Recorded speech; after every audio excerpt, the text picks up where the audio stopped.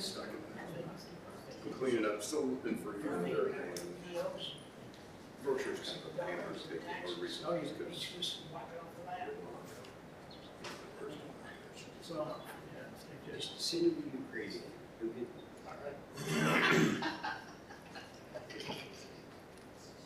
How are you, sir?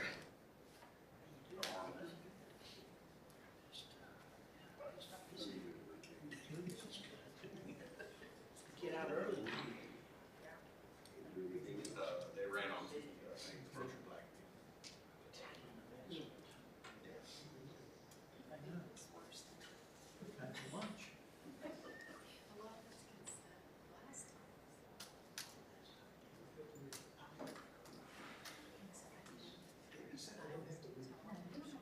You know, if you said I'm here, in fact, it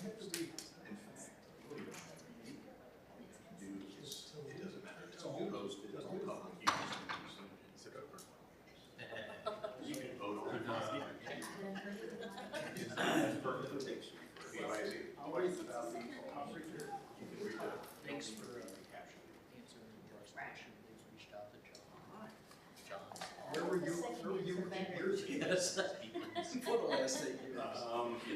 Who was doing the show for me? He was, He's already. wasn't Kenny here? I saw her the other day. We didn't know if you were here.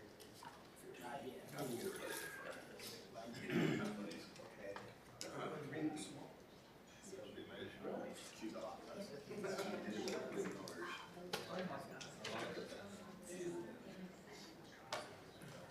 On this afternoon.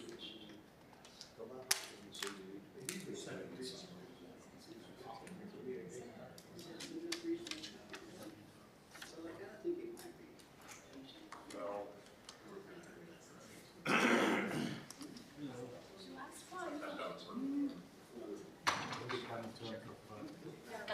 I'll be watching.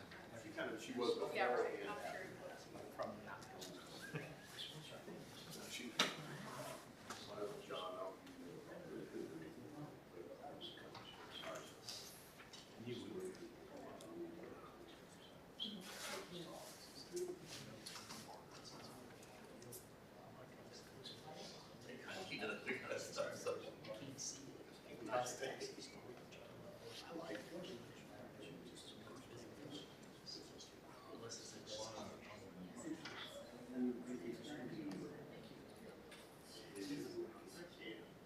she doesn't hold back.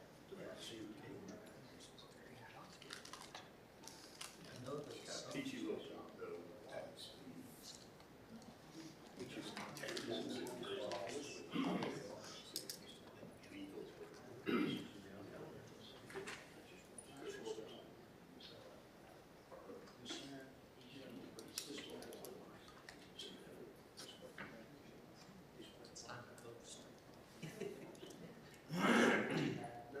No, we do like Decide what you're going to do. He's such a. every smaller.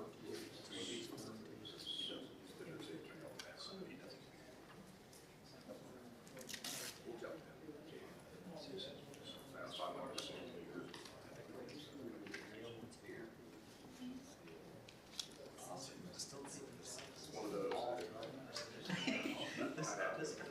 Special person. He really does care. His word is long. He knows that he's going to do something certain way, or he's going to do it. Unless it's just awesome.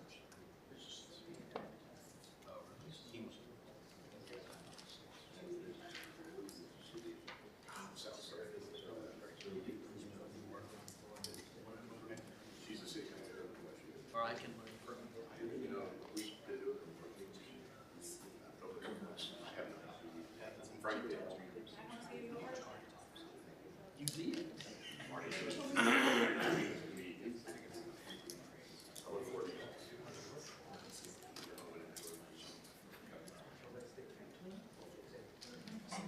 Your only meeting. I was free. Wednesday is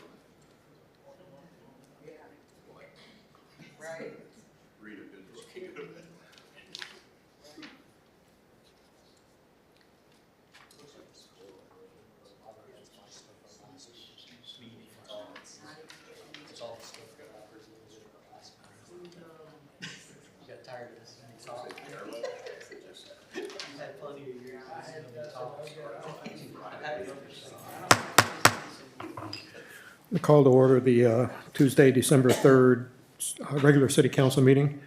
Please rise for the pledge. Pledge allegiance to the flag of the United States of America, to the republic for which it stands, one nation, under God, indivisible, with liberty and justice for all. Honor the Texas flag. I pledge allegiance to the Texas, one state, under God, one and indivisible. Could we have the doors open when we have council meetings? It's been going on for 7 years. I walked up, there's two guys waiting, we couldn't get in. So we already know that we're gonna have a council meeting on the Tuesday, so let's get that taken care of, please. Thank you.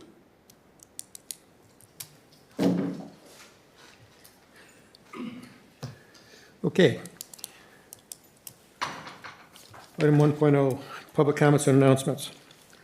At this time, I'd like to listen to any member of the audience on any subject matter, whether or not that item is on the agenda. All comments are limited to a maximum of 4 minutes for each speaker, shall be limited to city business or city-related business or matters of general public interest, and shall not include any personal attacks. In accordance with the Texas Open Meetings Act, members may not discuss or take action on any item that has not been posted on the agenda.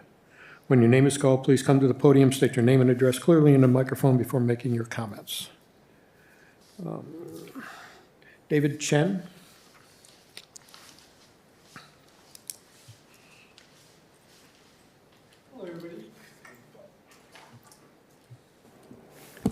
Hello, everybody. My name is David Chen. I'm one of the owners for Quality Inn Hotel in Seabrook. I want to talk about hotels and business. The last few years has been very tough for hotel owners. Out of all the hotels in Seabrook, every single one has gone belly up within the last 5 years. Edgewater was sold this year. Holiday Inn Express, they spent $11 million to build the hotel, but they were on the market for sale for $6.7 million. Okay, Hampton Inn bought it for $11 million. Now they're on the market for sale again for $7.6. Best Western in Seabrook, $146. That used to be a Best Western, now Comfort Inn. I'm not sure if you guys remember. Now they're Comfort Inn, owned by an Indian conglomerate, own tons of hotels. They're driving the prices down like there's no tomorrow. And that will affect your hot tax, just so you know. And it will affect the population that you get as far as customer base in Seabrook. Because they're running it lower than Captain Inn. Like no brand hotel, that's a third. Okay, and that hotel used to be Best Western, went belly up, sold for $3 million, right? To Comfort Inn. Now, every single hotel that you just heard are in Seabrook. Our mom and pop were a Christian family. We run hotel for the last 30 years.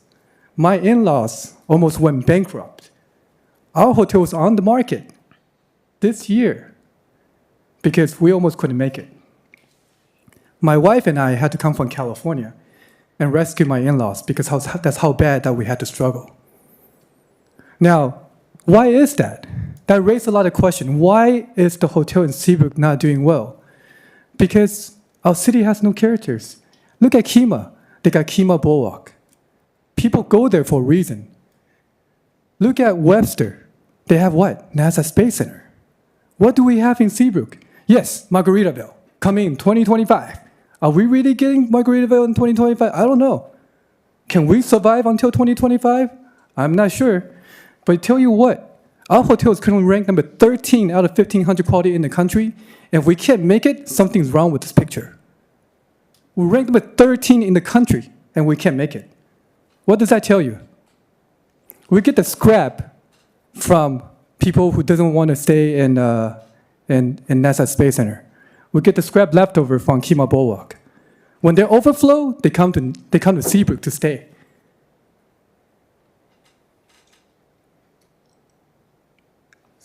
Look at the street on NASA, row 1. How many businesses are actually surviving on NASA row 1? Just drive by every day. Look at the street. How many empty stores are there? Hooters went down. Are they still in business? I don't see Hooters there anymore. Do you guys see Hooters?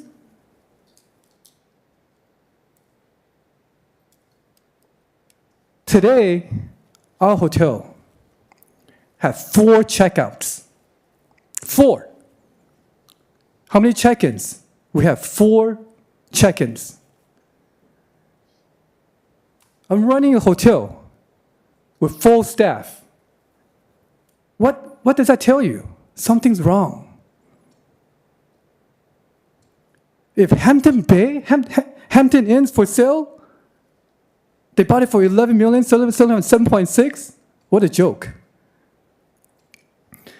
That's why before, when you guys ask, hey, can we put sign on the freeway, 146? Brilliant. But you came to us saying, hey, we have to pay for a fee? How much do we pay you guys for hot tax?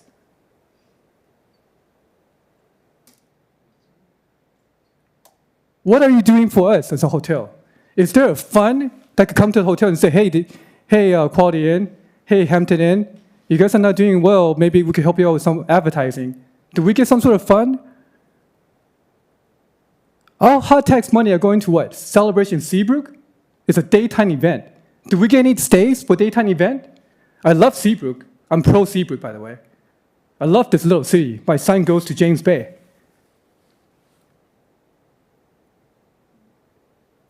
What are you doing to help businesses in Seabrook?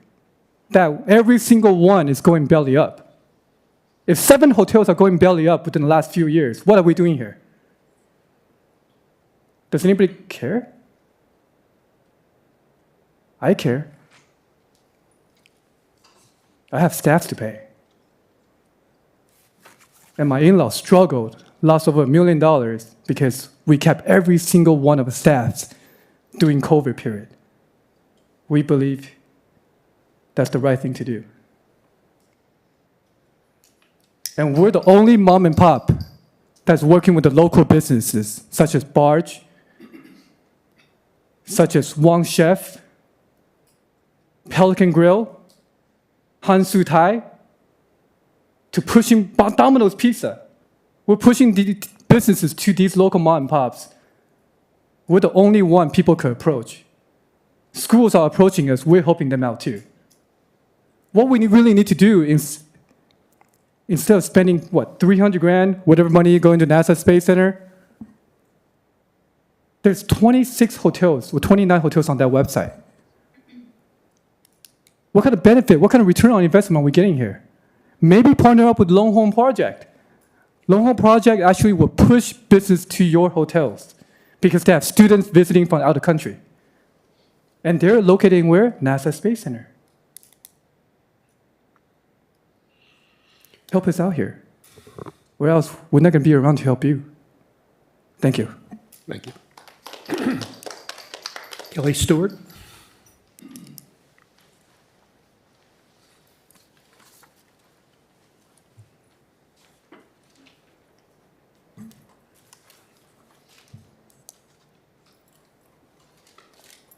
Good evening, Kelly Stewart, again. I'm here tonight to volunteer for the Hot Tax Fund Committee. I apologize that I did not complete the application process on time. However, I feel like I could be an asset to this committee. I've worked in hotels and customer service my entire career. Currently, I stay at home with my children, which will give me ample time to commit to the committee. I would also like to add that I am very passionate about Seabrook, and I serve on no other boards or commissions. I believe this makes me an ideal candidate as a citizen, and I ask the council to please consider me for this position. I will be here for a while, so I'm open. I'm going to keep this short, so I'm open to questions. I also love what the sir from Quality Inn said. I would say he would also be an asset to our Hot Fund Committee. Thank you for your time. Thank you. Item 1.1, Mayor, City Council, and/or members of city staff may make announcements about city community events. All right, today's Tuesday, obviously, but on Thursday, December 5th at 6 p.m., we have the tree lighting right across the road here. That's always fun. Share your Christmas donations. Due Wednesday, December 11th by 5 p.m. at here at City Hall or at Public Works. Breakfast with Santa is Saturday, December 14th from 9 to 11. Seabrook Rotary will be cooking for that, as always. City offices will be closed from noon on Monday, the 23rd through Christmas Day. And then again, noon Tuesday on the 31st and closed on January 1st. There is a tree planting day of awesomeness, Saturday, January 4th from 9 to noon at Public Works. Is there anything else out there? Anybody else, council? Thanks, Rob. 2.0 presentations. 2.1 presentation of a partnership proposal between the City of Seabrook and Space Center Houston as a hotel occupancy tax advertising project. Is Eric Rediker? Mayor and Council, Amanda is up in the sound booth tonight, so we invited Eric and Brian as solicited from city staff when we were talking earlier with some different participants on the hot funds. Space Center did come up, so we wanted to take this opportunity to let council hear the presentation as staff did. This is just purely a fact-finding research to see what is offered by this Space Center so we can look at possibly moving into further discussion. So just wanted to set the stage on how we came about bringing Space Center Houston, and I appreciate you guys coming tonight. Thank you. My name is Brian Hayes, and as mentioned, Eric Rediker. We're at Space Center Houston. I believe we started conversations with City of Seabrook in October. And the ask really was to come and look for some hotel partnership opportunities to increase that hot tax to help drive visitorship to Seabrook hotels. And what was presented really, hopefully you've all had a chance to look at it. But taking a step back about Space Center Houston, if you don't know, Space Center Houston is a nonprofit organization. It's the Manned Spaceflight Education Foundation that does business as Space Center Houston. Space Center Houston is the official visitor center for NASA Johnson Space Center and is a Smithsonian affiliate. As you probably saw in the presentation, we see about 1.3 million visitors through Space Center Houston each year. We've been exceeding our year-on-year attendance targets probably consistently for the past since COVID, essentially. And that attendance really breaks down into thirds, so to speak. You have a third of those attendees that come from the greater Houston area, a third that come from nationwide visitorship, and then the other third is international. So obviously our intention and our hope with this presentation is to put something together that makes sense for you all to help drive visitors to your hotels, to the City of Seabrook, to increase that hot tax throughput. So really there's a couple avenues that we looked at as far as aligning with what we do with some of our other cities that we work with, that we see success in, and that is really to create an opportunity for the City of Seabrook hotels to be listed as preferred hotel partners of Space Center Houston. That does come with some assets, whether it be listing on the hotels page of our website, making links directly to your hotel sites or to the city website. You know, it can be done in any format that you want it to. And trying to drive that general visitorship whenever we, through our normal process, say, hey, if you're coming to visit Space Center Houston, here's where you can find hotels, here's easy access, you know, and then it's really on you guys of what you want to offer those guests that come through the Space Center Houston website. If you have specific questions on that, I'll let Eric, he definitely has a better handle on all the data and providing that feedback. But jumping real quick into the Moon to Mars Festival. If you've been around or come to this festival, you know it's one of our most attended events throughout the year. We see about 60,000, 70,000 people come through over that. How many days was it last year? Last year it was Five? total of 5 days. 5 days. So we saw about 70,000 across 5 days. This year we're extending it to, it's not been confirmed, but we're extending it to 12 days because of the split spring breaks. So we should see that number rise. And we, again, for that festival also obviously have a lot of local visitors, but we do still see a lot come from abroad or further across the state that come and participate with us. And so there was a request to really hit one of our kind of higher intensity, higher volume times, and we created a package around Moon to Mars where we're able to push out the city of Seabrook to our guests that are attending, whether it be through email campaigns, through special offers, through social media, whatever really you guys see as value, see as the way you want to see return on investment or something that you see specifically that works beyond what we proposed, we're happy to create around that. So there's an opportunity to access a large number of visitors will be coming to our area in a very specific time period, and it's a really great event to promote through. Just a lot of traffic in a short period of time, and so it was a really fantastic little offering to add to adding City of Seabrook as a year-round hotel partner. So to put a bow on that, we really created a proposal that's based around a year-round presence. We can create a lot around that, whether it be, obviously inclusion in our website, in our travel guides. We can create social media around it. There's a lot of customization when it comes to, once we say, hey, we want to move forward with something, then we can continue to refine further. Same thing with Moon to Mars.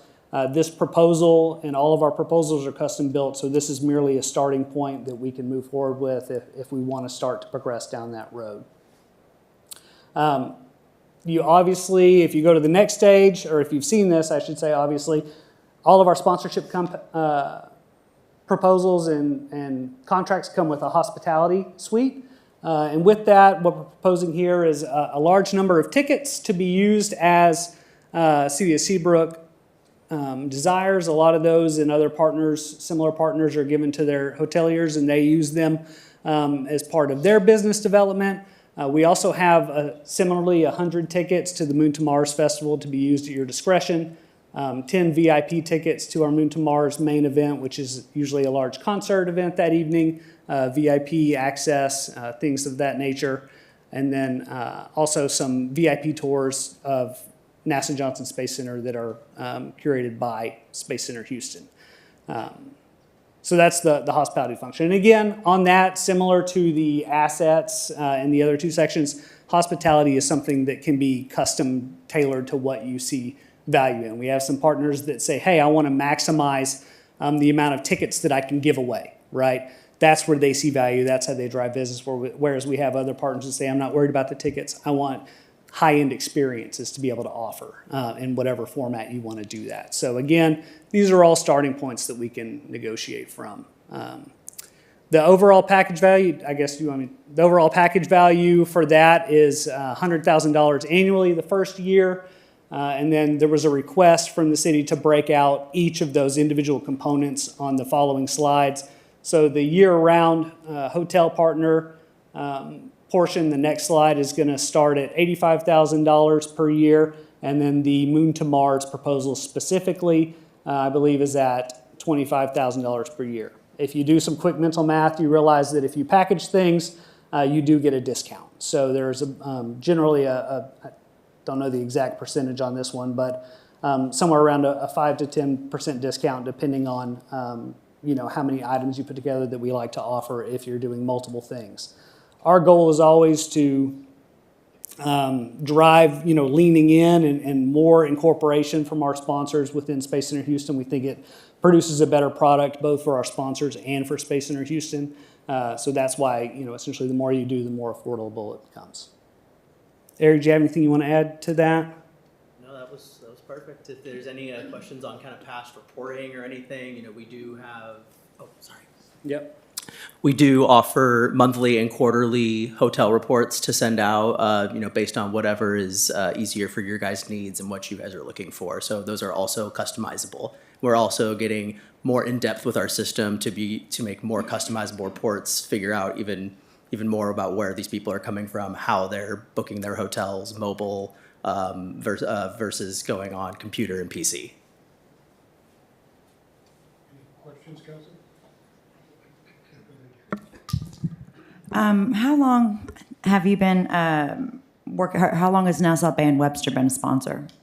So Webster's been a sponsor for 24 years, I believe. I think they're going into their 24th year, and Nassau Bay is Going into fourth. I think their 4th year, yeah.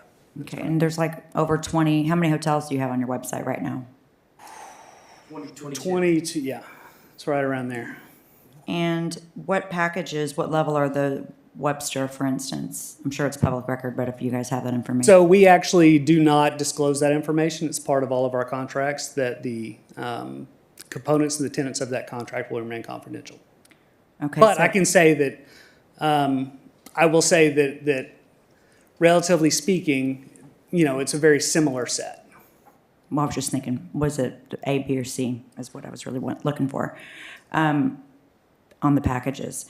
Webster and Nassau Bay both do multiple things similar to what's been proposed here. So they're both a full-year hotel partner, and then they have an impact piece similar to Moon to Mars. Does that answer your question a little bit? That helps, yes, Yeah. thank you.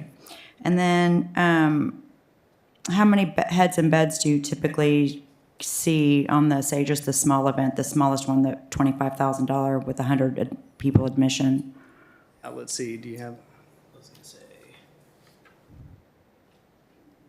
So, I have. So what I have, I would say I have it broken out. Basically, what comes straight from our website is the searches and then the referrals to the hotels.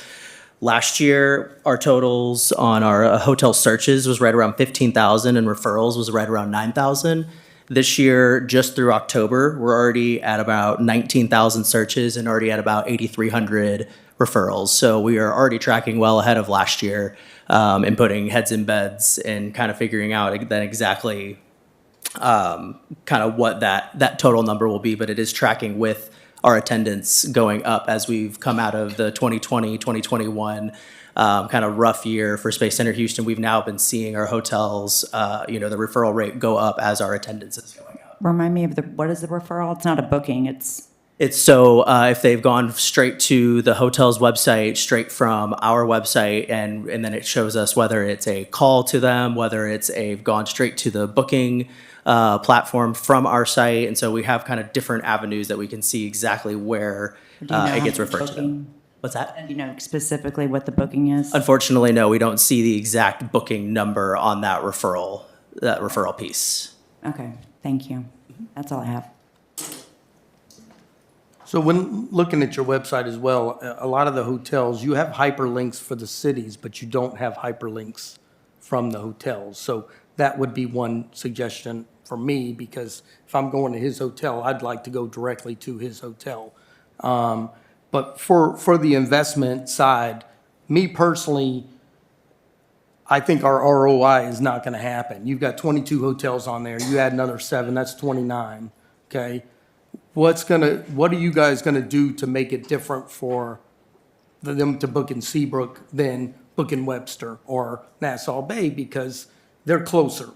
There's further out for us to come. Now, if they're Right. coming down 146 to go to, NASA, they might stop at his hotel and stay there and vice versa. But the ROI for me just doesn't make any sense on any of these. But again, I don't want to make that decision. I'd like to get this through to our committee and let them take a look at it. But I don't know what else you guys could do to make it more beneficial to sell to the hotels to say, okay, we're going to get heads and beds. Because I'm sure they get some now. It's probably not as much and they're not tracking it. But, there's so many hotels out there, just like he was saying. Mm-hmm. They're building 3 new hotels in LaPorte right now.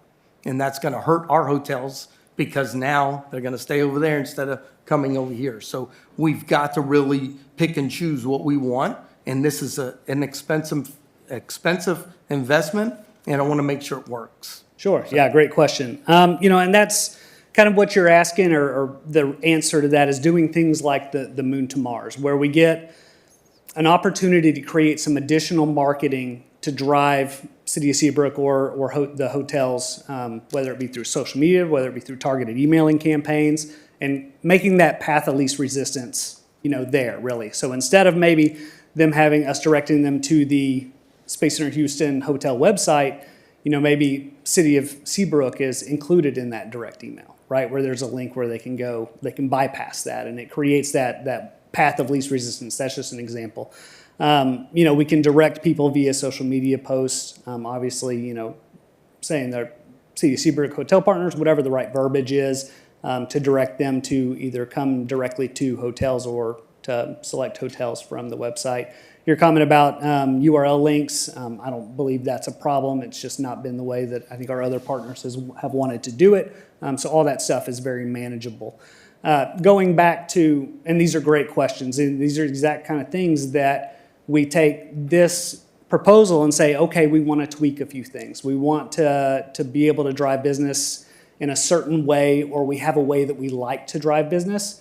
We can accomplish that for you, right? We just need to know what you want to do and how you want to do it, and then we create around that. Does it have to be a 3-year contract, or can we do year by year too as well? Is that something negotiable too? It is negotiable. Yeah, you're a little, you're subject to more market fluctuations. As we continue to set new goals, we eventually market adjust. We love to be able to, it's easy for me to say to lock in a low price, right? But, that is somewhat the intention. And also, what Eric and I do is, let me get in my grandstand. I'm not a salesman. I'm not trying to sell products. I'm trying to find the right partners, right? And people that want to work with Space Center Houston and that Space Center Houston wants to work with. We intentionally keep our sponsorship program relatively small. We could easily go out and just chase every dollar we could, but we want to do it with things that make sense. And City of Seabrook is one of those groups that makes sense, right? And so, we try to offer that. We try to make sure that we're keeping our prices competitive, but then also that we're finding the partners that want to see long-term growth and long-term relationships. And that's the reason why we start out with a 3-year deal. If it's a 1-year deal and that's what you guys want to do, we can definitely have that conversation, yeah. Now, I'm just speaking out loud here, but the Mars to Moon to Mars is a great, obviously, for you guys as well, but I'm a hotelier myself. Mm-hmm. And so those 2 weeks that you have is spring break. I'm busy already. I can already tell you they're already busy, whether they get no overflow from Kima or whatever. So an investment there, I wouldn't think would make sense. But the other portions of the year, absolutely, I think that could be something worked in. But those are just my 2 cents. Another great comment. Moon to Mars was an example that we came up with because it's a very high volume piece for us. But again, for you, it may not make any bit of difference. Whereas we could look at something like, and I don't have everybody memorized, but we could look at something like our Seek Teachers Conference, where we have teachers from around the globe coming in, over the summer, and maybe you're going to see a higher volume of traffic from that because it's at a slower time for you naturally or whatever the thing may be. We have programs that run year round that we can action this same type of targeted advertisement or intentional push or pull with. Now, is it going to come? Are you going to get 60 to 70,000 people to see, the City of Seabrook sign at the event? No, but it may result in more hot tags, right? So it may be more beneficial, and of course, depending on what it is, it will change, pricing. Yeah, and that's a good point because when I had a hotel here in Seabrook as well, we partnered with you guys and that's exactly what we did. We got the conferences that y'all got. So Right. these big groups came to a specific hotel and we were able to negotiate that deal with them and moving forward. So Sure. there is other avenues that I'd like to see. And I think that's a great way to start, essentially once we establish that relationship or know we want to, I think that's a great path to go down because I think it does make very easy, guaranteed heads and beds if you start to develop those types of things, yeah. I got a question. Are the numbers based on population of these cities or hotel rooms available, or how are the numbers come up? I mean, it's just a flat fee for everybody, pretty much, on a 3-year? For the package price? Yeah. Sorry. Yeah. No, so it's really based on assets. So it's based on, what are your primary assets? What are your marketing assets? How many views, impressions? There's a complex bit of spreadsheet wizardry that goes into creating this. And then, for new relationships, things like that, we definitely try to be competitive. I'll repeat that I'm being competitive based on our other, market set. But yeah, it's really based on the mix of assets that the package is receiving. Just like I said, if we change to maybe a conference or something that isn't going to have as much traffic, as far as people seeing logo recognition, you getting social media impressions, but maybe it results in you getting more hotel occupancy. Well, it's probably also going to reduce your price because it's just not as high a volume impression event or engagement, or, you know, that social media post is only going to get 10,000 impressions versus 200,000, or, you know, whatever it may be. Yeah. Okay, I'm looking at your website right now, and so it's, when you go on there, find a hotel, it shows Webster, Nassau Bay, but then it has, like Mike was saying, the list of all the hotels that are in those cities, but there's no link. So then you go to book an area hotel, then it has additional hotels that are not in that list. So is that your marketing also for other hotels as well? Are you talking about through the Book Direct website, On your website space? which should have the 22 hotels listed? Correct. Which, and then, what additional? Spacecenter.org, is that correct? Spacecenter.org, correct, and then find a hotel, and then through that, we have our Book Direct link, which is, Well, like Great Wolf Lodge is not listed on here, but it came right up when I hit book a hotel. You know what I mean? yeah, so they're part of the City of Webster's hotel list. Okay, so they're just not on the front page? Yeah, so that just may be something that we just have to update on our marketing team. That was a newer addition with them just opening up earlier this year. Okay. Thank you. Absolutely. Anybody else? We appreciate it. Thank you Thank very you. much. Appreciate it. 2.2, presentation requesting the city abandon Bay Vista Drive for the purpose of creating a private gated street as prescribed by the City Code of Ordinance, Section 7529, closing streets and alleys.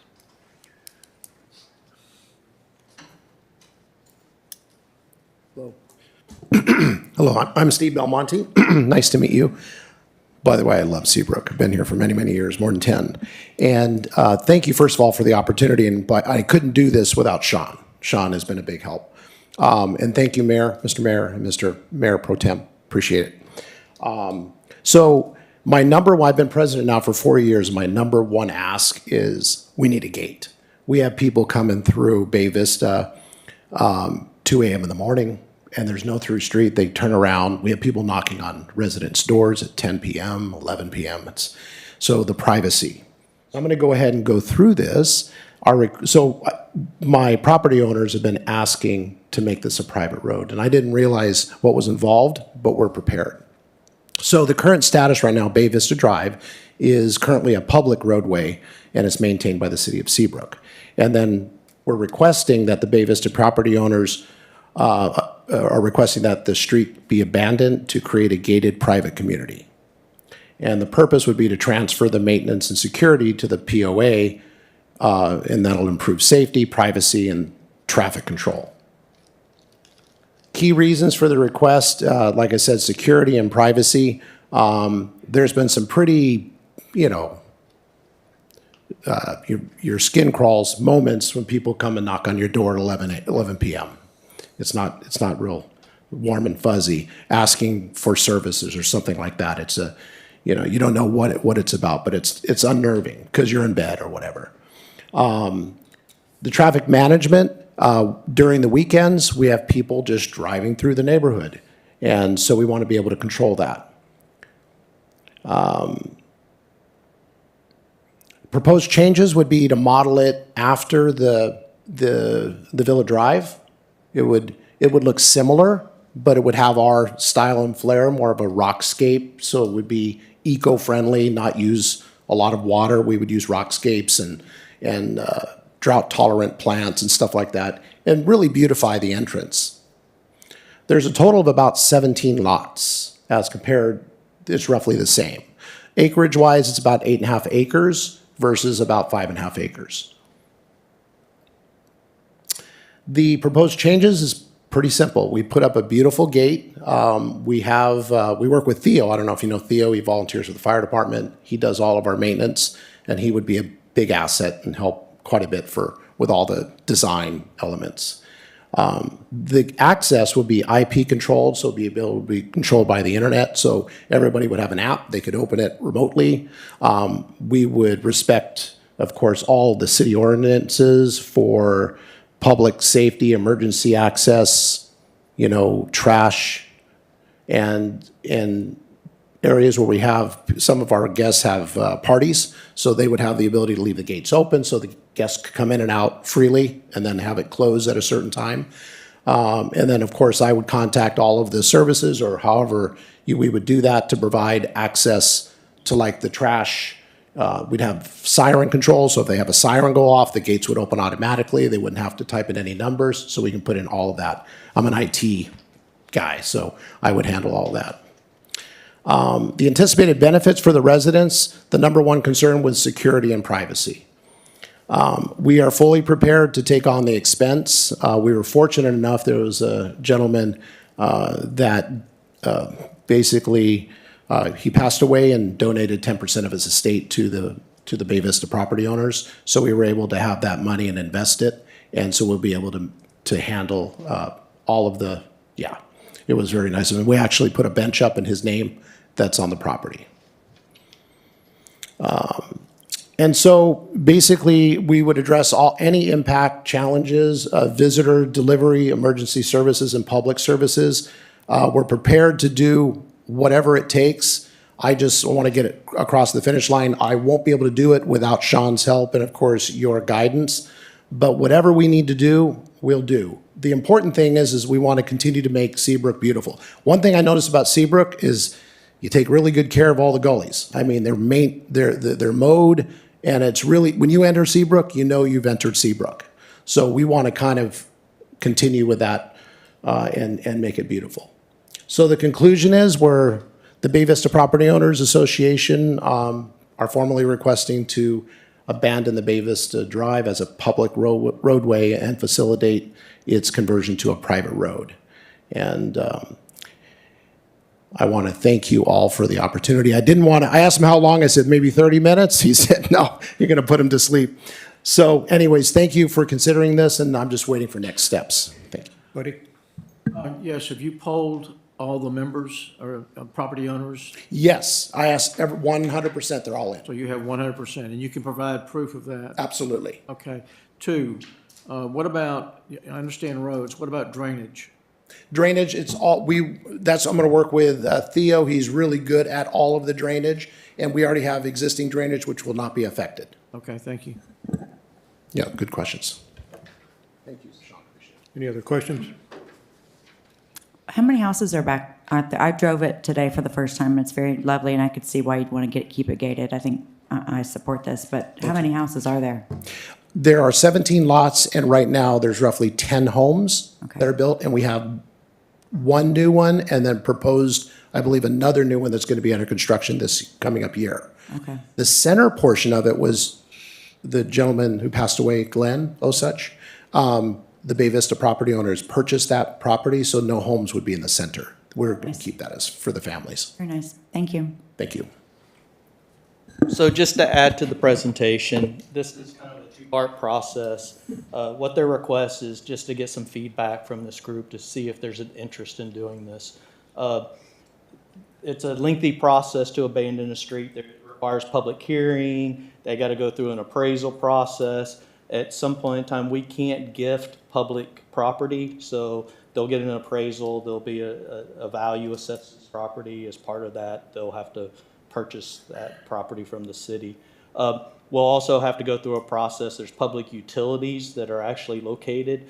They're going to take over the maintenance of the streets and the drainage. However, we will still retain maintenance of the public utilities. We'll have to create some easements for those utilities to go in so we have legal access to them. So again, as we go through this process, what they're looking for is before we engage going through the whole process where they're going to have to expend funds and go through that process, they're just looking for feedback if there's an interest from council to even do this, because again, there's a process and a cost. Mike? Just a question. Do we have to, can't we leave it public and just put a gate there? You can't. You can't gate a public street because you're denying public access to public property. So you have to go through this process. All our subdivisions that have gates on them within the city are not public streets. So there's a couple examples. He provided one, and then over off of Lakeside, right past Glen Cove. So even Seabrook Island, that island? Correct. That's all. All those streets are private in Seabrook Island. Really? Mm-hmm. The utilities are Back there all the public, but the time. streets are private. I go back there all the time. Yeah, they're all, so yeah, when they were developed and they were gonna gate them, those are all private streets. Mhm. So, any questions for me? Any questions, council? Thanks, Sean. Thanks. Thank you.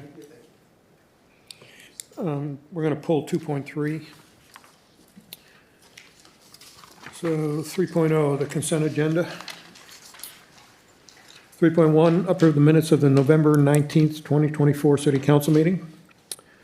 3.2, consider and take all appropriate action on the second reading of ordinance number 2024-27, a request to amend the code of ordinance of the city of Seabrook by creating a definition for smoke and head shop. 3.3, consider to take all appropriate action on the second reading of ordinance 2024-28, a request to amend the code of the city of Seabrook by creating a new definition for cannabis oil sales and creating new associated parking regulations.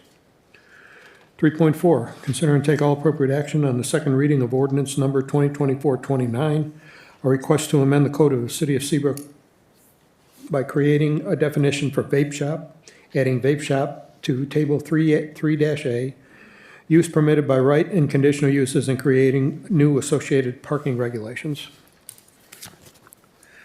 3.5, consider and take all appropriate action on the second reading of ordinance number 2024-30, a request to amend the code of the city of Seabrook by creating a definition for mobile food vending, adding mobile food vendor and table 3-A, use permitted by right and conditional uses, and creating new associated parking regulations.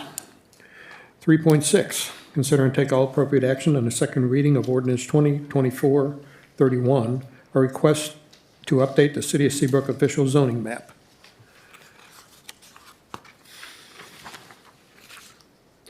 3.7, consider and take all appropriate action on the second reading of ordinance 2024-32, a request to amend the code of the city of Seabrook by creating a definition for mobile vending, adding mobile vendor to table 3-A, uses permitted by right and conditional uses, and creating new associated parking regulations.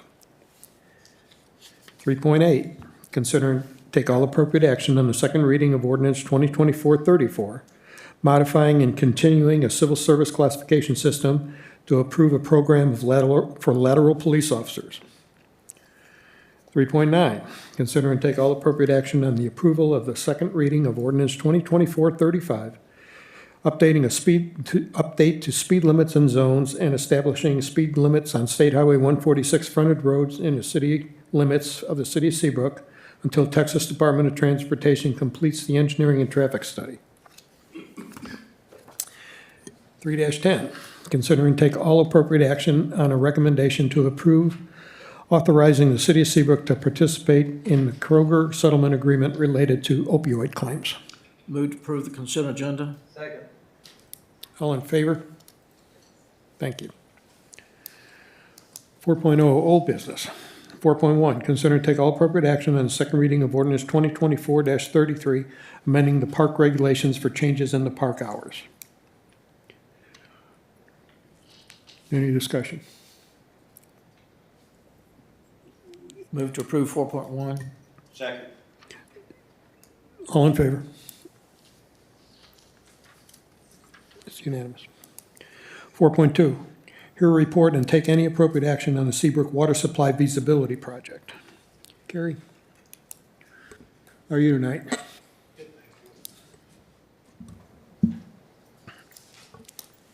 Mayor and Council, as he's getting set up, if you recall our last strategic planning session, this came up to look for additional water sources. So Cobb Finley, with Carrie's leadership, has been working on this project for some time now, and we wanted to come back and update and report council on findings for the research that's been going underway. Yeah, good evening again. Here to talk about water tonight. Carrie Lackey with Cobb Finley Associates. In your packet, we do have the water supply feasibility study.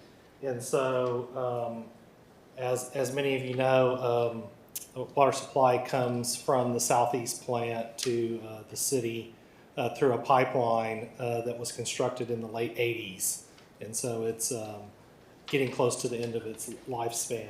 And so as the city has grown, the demand has grown as well. And so not just your city, but every city is looking for water and where you get that from. So part of this investigation or study was to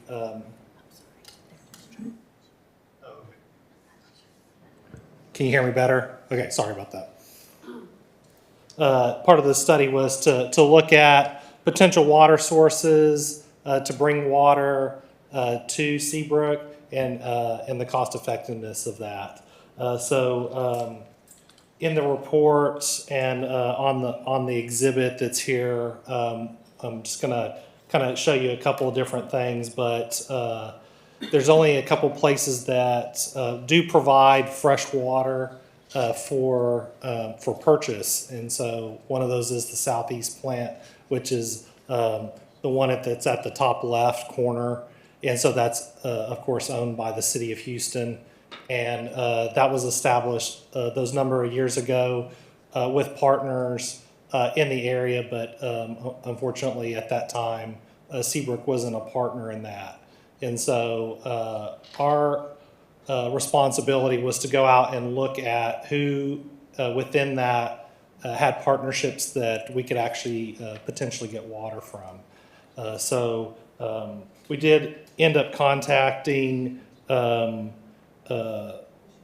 city of League City to see what their water needs were and how potentially that could relate to buying water from them. We looked at the city of LaPorte, the LaPorte Area Water Authority, and how they purchase water, and also if that was a feasible route as well. And then we did have the opportunity to talk to the city of Houston directly about purchasing water from them. Then the other option was to go south, and the south is from the Gulf Coast Water Authority. So Gulf Coast Water Authority does purchase some of its water from the Southeast plant, but they purchase from other water sources as well. So the exhibit here shows routes on how to get a pipeline of water to the city. So one of them is pretty significant, over 14 and a half miles, and the one that goes to the Southeast plant is roughly half of that, or a little under 8 miles to get there. So this feasibility, again, talked to each of those groups to see what their future plans were. So everybody does need future water. The city of Seabrook uses between 2.5 and 3 million gallons per day during extreme events. Of course, summer peak times, and the anticipated with the growth in population would be 4.5 million gallons a day of safe drinking water. And so a pipeline would be constructed to be sized for that. So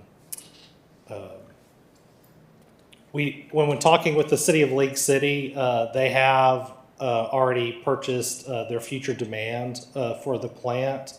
They have agreements to purchase water from Gulf Coast Water Authority and the Southeast plant, and so they don't have any feasible route to get water back over to the city of Seabrook except to get it directly from the Southeast plant.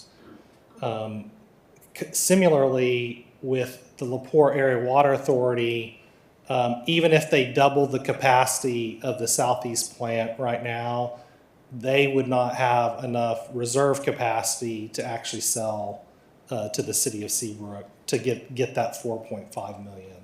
So those two options were looked at, but they are not feasible.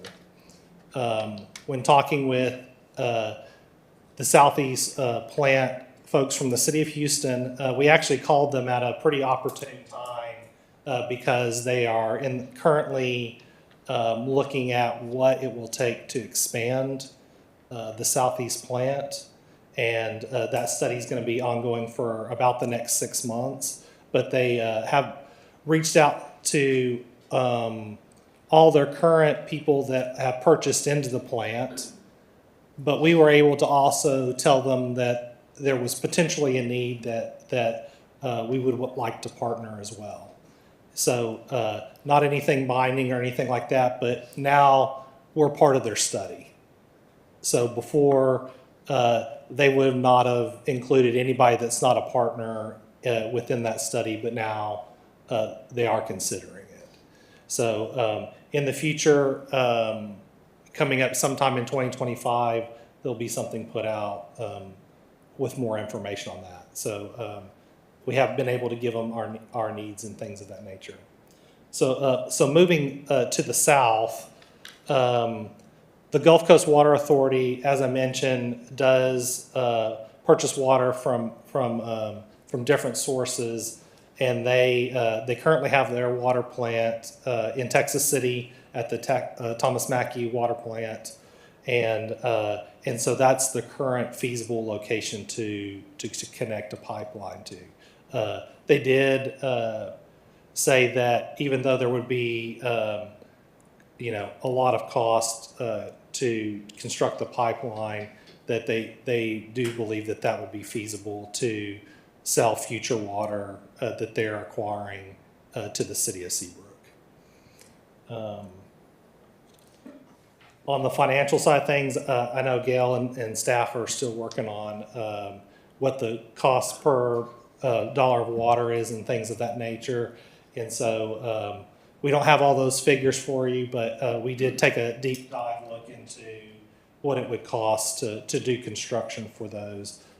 Again, that's for planning purposes to see if that's something in the future that the city would want to consider. I think with that, if anybody has any questions, in the packet is the feasibility report along with those exhibits that go along with that. So where is LaPorte getting their water from? They get it from the plant, from the southeast plant. From the same place we would be getting it? That's correct. Okay. Yeah. So that line's already been run. There's no way to piggyback LaPorte rather than having to run a new line? Yeah, so there's two things to consider there. One is the additional 4.5 million gallons. They don't have that extra reserve capacity based on their future projections to sell that much. So they could potentially sell you, and I don't know the exact numbers, but it'd be more like 1.5 million gallons, but they couldn't sell you 4.5 million gallons. The second thing is, when running through, like the city of LaPorte, for example, their pipeline is kind of the same age as this one, and so that pipeline would have to be increased in size. So there'd be some infrastructure that has to be upgraded as well. So there is not another purification? I thought we had something either Spencer or Pasadena Parkway. Is there not something out that direction? Yeah, so the Coastal Water Authority brings water in to the plant. And so that's what you see there is there's some industrial type plants out there. But the main one from Coastal Water Authority brings water into the plant. And then the southeast plant goes into Pasadena, into like I guess a reservoir, and then it distributes it out to those that that Pasadena sells water to, which is you guys as well.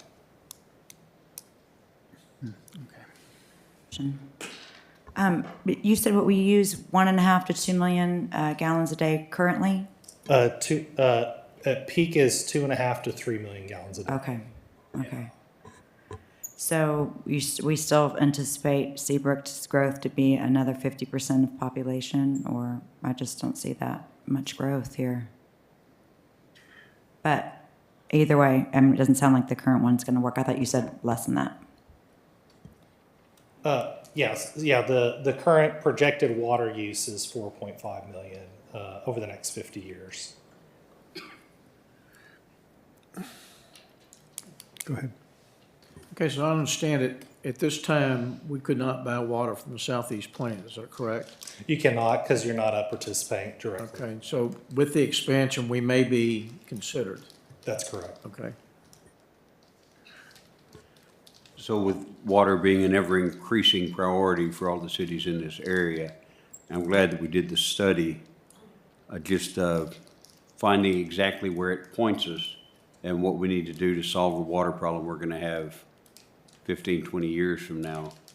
I don't see a clear way forward, but at least we have the first step is defining the problem. Do you think what Carrie mentioned is we stumbled by doing this study, we stumbled on the fact that they were going through an expansion study. Had we not been asking the questions at the right time, we wouldn't have been at the table to be part of the study. So I think in the next decade, it does give us the opportunity to possibly be a buy-in to the plant. Right now, we have to piggyback and buy it through the city of Pasadena. That's a partner. If we can afford it in the future, we can become a direct plug-in. The 7-mile connection would then become an infrastructure that we would have to construct. So what we will look at a little bit later is pulled up in his report, the two costs. So when we look at the Mackey, that 14-mile run in today's dollars would be about $92 million to construct a pipeline. The 7 miles would be approximately $36 million. We're paying from our costs through Pasadena on our first tier, $3.83 currently. And as you know, we have a contract that based on capital improvements that they make, we can get those increases at any percentage. We're at their mercy. So we know from 383, it's only going to go up into the future.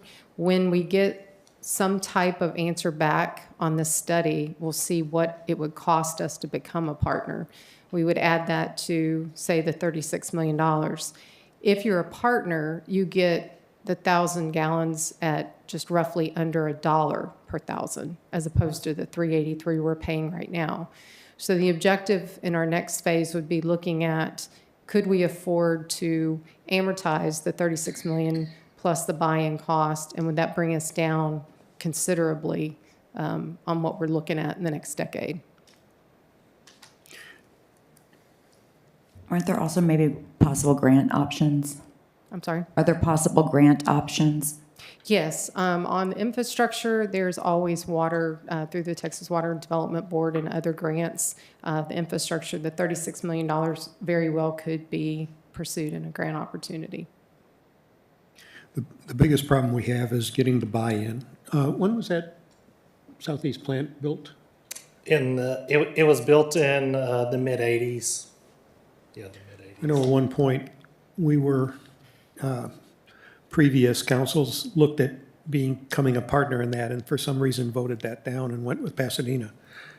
But I thought there was a line down 146 already, was there not, to Shore Acres? No, there's not. Shore Acres gets their water from LaPorte. But that's the I think the route you're thinking of is a LaPorte Water Authority line that does take water to all the water towers within LaPorte and then Shore Acres as well. Okay. But it's actually not as big as you think it is. It's the size of line that you guys actually get water is actually double the size of their line. Yeah. Okay. Okay. And what's the cost of a desal plant? Yeah, that's a great question. I think the whole state's looking into that option right now, but I couldn't tell you. Yeah. I know Galveston's looking at it. And the narrow-sightedness of TxDOT not throwing a line in the open ditch when they were expanding the highway is crazy. Yeah. Anyway, any other questions? Thanks, Gary. Appreciate it. Nope. Thank you very much.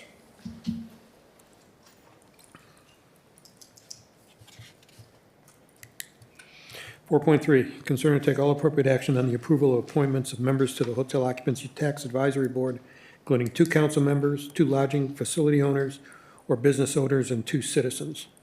Gail? Mayor and council, after the resolution to establish this board was put in place, we did jump on, go ahead and advertise. I understand we've got a couple people with us tonight that don't have applications as part of your attachment, however, interested. So this is just coming back to you guys to see if you want to go ahead and take action on putting the board together to be able to get kicked off and started as we approach 2025. So on your attachments, you have 1 hotel manager and 2 citizens that have applied. And David Chan also didn't get his application, the gentleman that was here with the quality, and he would like to be considered as well as a hotel.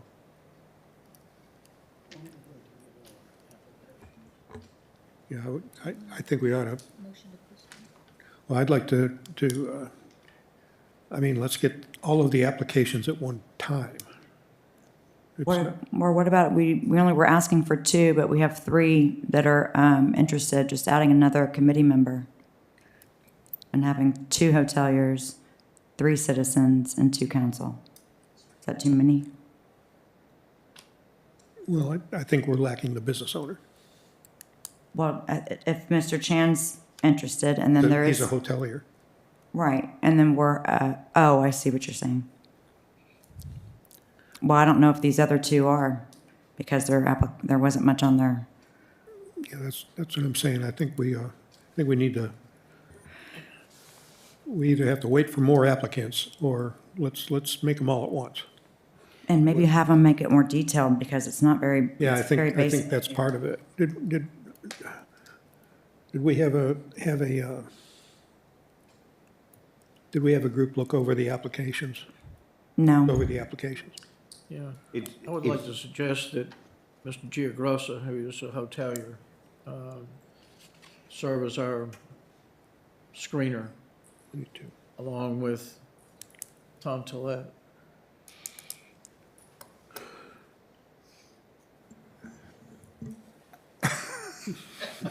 You can say thank you. Thank you, buddy. You're welcome. And I would like to actually, and I spoke to Ms. Rasco before, and would like to have recommended her as well for that committee. Okay. I think we need all the applicants, make them all at one time. Let's see who we have. And I mean, if we don't get any more, for sure, but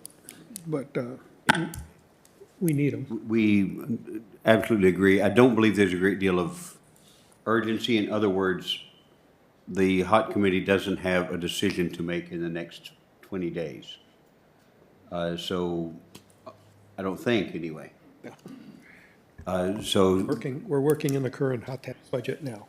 Correct. September. Correct. So forming a committee, we're not in a rush. Like, make sure we get it right. I think there's other people that would like to apply, as we heard tonight. Let's make sure we get all the applications and go through it like we do any other advisory committee. Yeah. And make sure, do everything we can to make sure we get the right people. I agree with that completely, You buddy. want a motion? Motion to table 4.3 until we get all applications in. Second. Well, I would like to choose who's going to be on the committee for. Correct. So we have a motion for Mike, Tom, and Jackie. Yeah. All in favor? Wait. Okay, we've got a motion in the Yeah, second. a motion to table the issue is fine, you can go and vote on that, and then take, Right. and then make another motion to appoint. Okay. Yeah, okay, so. It's to look delay. So there was a motion and a second to table. All in favor of tabling it? Unanimous. Okay. Okay, I move to approve, to appoint Jackie and Mike as interviewers for the Hot Tax Advisory Board. Second. All in favor? Thank you. Okay.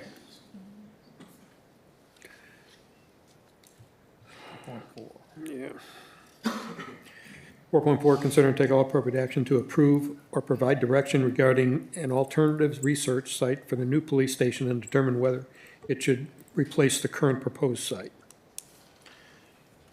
Mayor and council, from our last meeting, we had the presentation by Randall Scott. We ended that discussion with direction to staff and the architect to make sure that we looked at all alternative sites.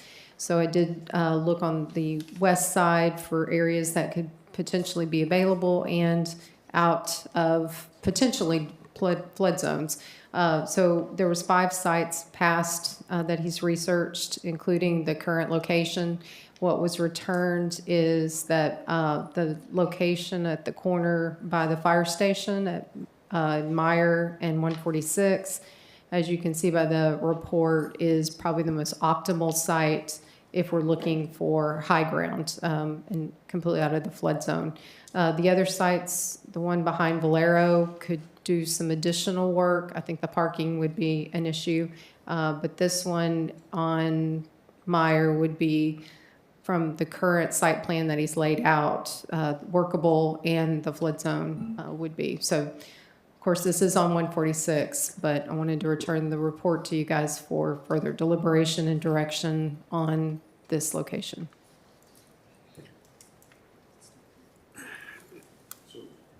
Any questions? Go ahead. Gail, do we have, we own the one property at the traffic circle. That property that you have up on screen there at the corner of 146 and Meyer, do we have a rough guess as to value of that? So we can. Did check with the broker. It's listed right now for $2.7 million.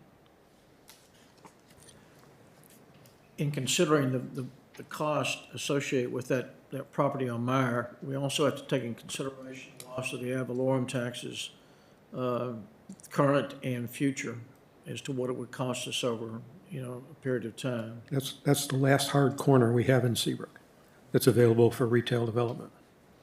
That'd be a tough one, especially with the cost.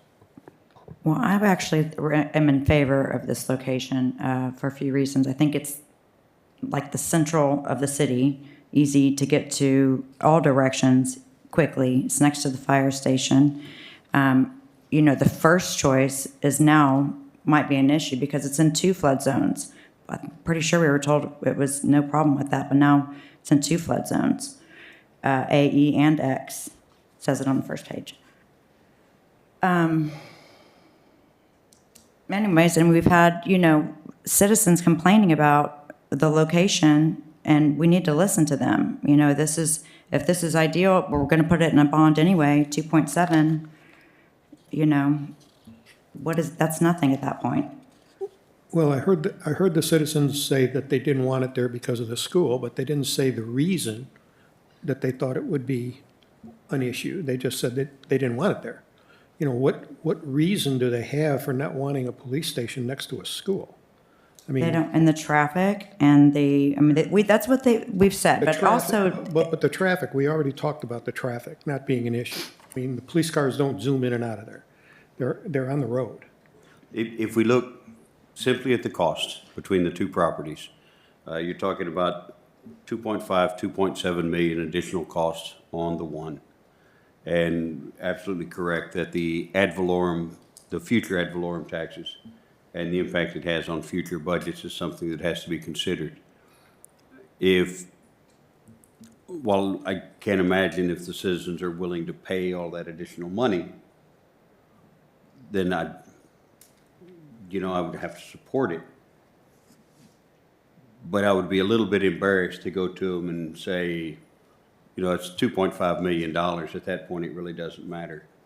I just don't think that's appropriate for us to try and carry to the people that live here and say, well, we have to have better justification to spend that additional money than some people don't want the other building there. We have to be good stewards of the money we get. absolutely, but we're not losing anything here. We're actually gaining more property. But also, the architect says that this first location is not ideal because it could be, it's the AE flood, it's in the AE floodplain and the Zone X, which could cause issues. It's the first sentence. Okay, so there's also that.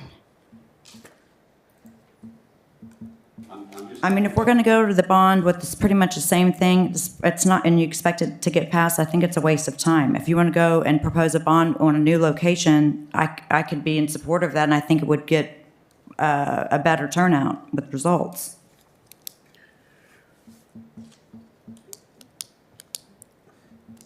Well, we keep on hearing that Seabrook doesn't have, businesses, and we don't have places for businesses to go. We're gonna take our last hard corner and take it off the market and put a police station there that draws no ad valorem taxes, no sales tax, nothing.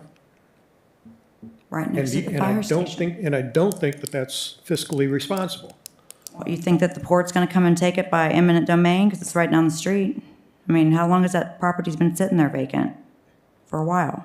But it's been on the market. There's people interested. We turned one down years ago.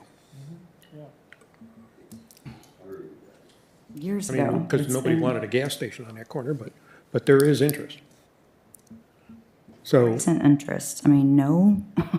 We're just sitting, it's I really think nothing. the ad valorem tax needs to be looked at further, because, I mean, that's a significant pop over years. It's gone. The other thing is, if the land over by the traffic circle, you have the daycare, you have a church, you have a elementary school, what kind of retail could you put in there if the property could be sold? I mean, it's very limited as to what you could do with that. So, I mean, it's an expense to our citizens. That's the bottom line.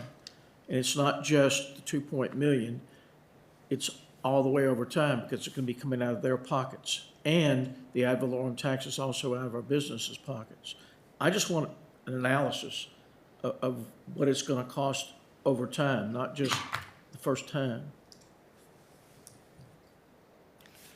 How are you gonna get an ad valorem estimate? I mean, unless you don't know what that property is gonna be developed as, you're not gonna know what the ad valorem is gonna be. Well, as you know, we can't give up our individual sales tax, but before the highway expansion, we all remember it was United Rentals that was there. What we can do on the audit report is you see the top businesses that we list in generality. So United Rentals was on our top list. That corner for that particular use at that time was a pretty substantial ad valorem collector for the city. At this point, that's in the 146 main zone district, so I'm not sure, right now, the broker did indicate that gas stations are lined up, 2 miles long to go on that corner, and that's a conditional use. So there's definite interest in the corner. It's just not the use that's matching what, council and P&Z previously determined. Fast food, McDonald's is one of our biggest businesses right now. Actually, the rental place was our largest sales tax revenue for years. And so when it was the rental place, it's hard just to give up that corner. I mean, it's to take that off the books forever, to me, doesn't make sense. Well, let the voters decide. Okay.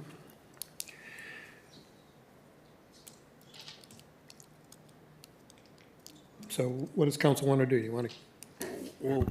So are we, obviously, I think, I was the one that suggested that corner. Have we set up a public hearing for the people to speak and let them see these four?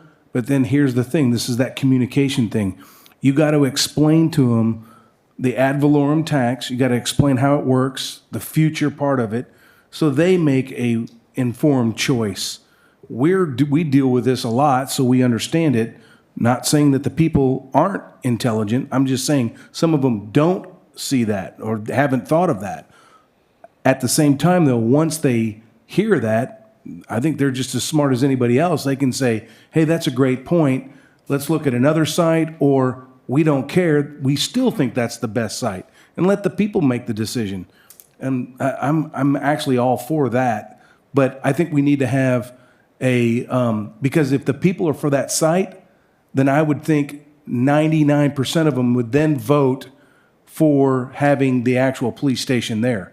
If you just we decide and we don't really involve them, then the bond won't pass and there will be no new police station. So I kind of think that the people definitely need to know, but they need to be informed 100% and completely and very transparent. Is that an option that we could do, like A, B, do you vote for this location for the police department, or this location, or none of the above? Well, the problem is we have to at least do preliminary design on all three. That's costly.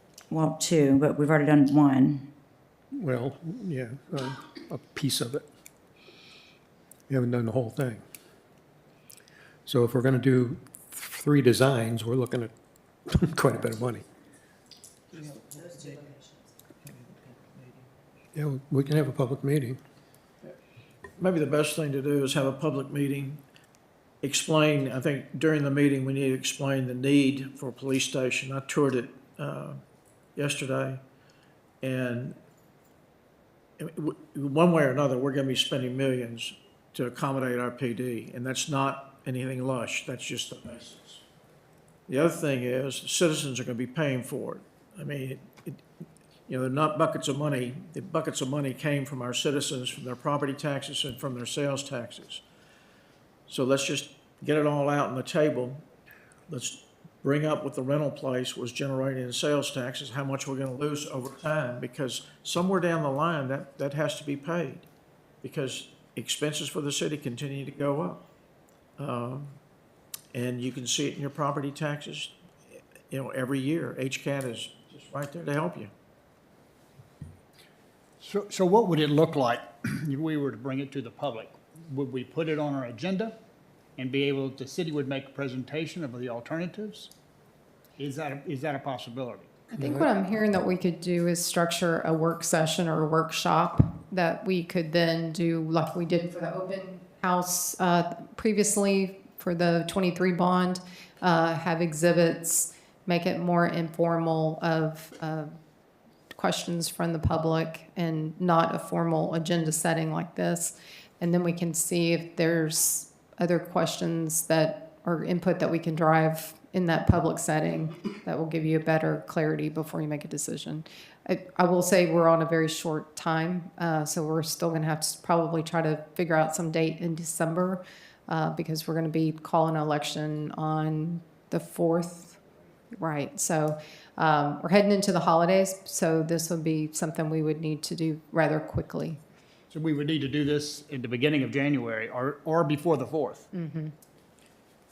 Well, let me ask a question, though. Way before We can call the election without having the site, though, correct? We're calling for an election for a police station, Correct. a bond, but we don't have the exact location, doesn't preclude us from calling that, do we? And that's the other issue that I have too, because that land could sell tomorrow. And then we're telling the residents this is an option, then it's sold and now it's not an option. You're back to square one again. Well, I mean, So- coming back to council, obviously I want some direction. We could do a contingency contract if this is the direction that we're moving towards. I think the broker's open to negotiating with the city if that were a direction and hold it till council after the election. Hey, 2 quick things. Is anybody talking to United Rentals about ever coming back to that spot? And then my second question is, does the police chief like that location? Is it like is it like, no, I don't like it, or that's right next to 146 and I can get anywhere in this city really quick because I'm right there? Council, that is a good location for accessibility, but candidly, any location that is outside of flood zone or that we can raise the ground so that we don't flood and we can operate, I believe the entire police department would love that. Thanks for that. Yes, sir. There should be a way to kind of quorum some of the people's maybe misunderstanding of how this footprint might look.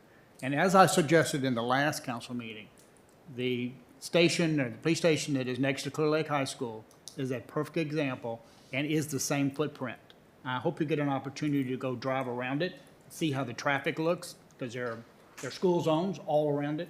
And I'm telling you, I've been here 30 years, I've never heard one complaint except they're just glad that they're there, and they're glad that they're across the street from Clear Lake High.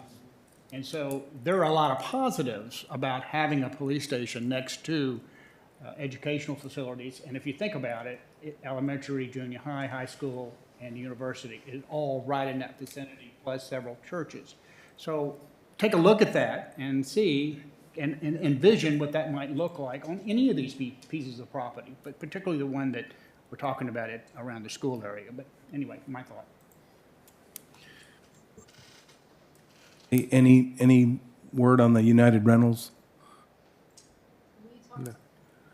We talked to them during the highway expansion, so they were already looking to go and merge with their, I think it was the 225 site, and consolidate. So they were actually I think, looking before the expansion. So that was the last time that we had an in-depth conversation with them. And they've closed a number of their facilities too. I think they've downsized quite a bit. Okay, so we're going to need a date to So have a just public as, forum. right, so as a recap from what I'm hearing as come on this item is to quickly try to get some type of public workshop together and try to see if we can get some additional input to come back to council pretty quickly to make a decision. Yes. Can we have it in the evening too, so everybody can be a little bit more available? Okay. Okay. Thank you. 5.0, new business. 5.1, consider to take all appropriate action to authorize Bay Vista Property Owners Association and city staff to proceed with the abandonment of Bay Vista Drive in accordance with the City Code of Ordinance, Section 7529, closing streets and alleys. I'll make a motion to approve 5.1. Second? Any more discussion? All in favor? It's unanimous, thank you. 5.2, consider and take action to establish stakeholder committee for the Bayside Park expansion project and the Main Street wastewater treatment plant site, defining its composition to include representatives from the Open Space and Trails Committee, Economic Development Corporation, City Council, Old Seabrook Association, or Old Seabrook businesses, Old Seabrook residents, city staff, and an outside consultant as part of the professional services agreement with Kimley Horn. Okay, I ask that this be put on in consideration to formalize getting a committee together to establish what this facility is going to, what its purpose is going to be, and what its goals and objectives. To give you a quick history, when it was introduced to EDC, the idea was that it would be an attraction to bring people that could be potential patrons for our businesses in Old Seabrook, but at the same time to generate economics for the rest of the businesses in Seabrook. I think if we can get it down to one each or two each from each of the areas identified, then they can get together and start putting this thing together so it can achieve its objective.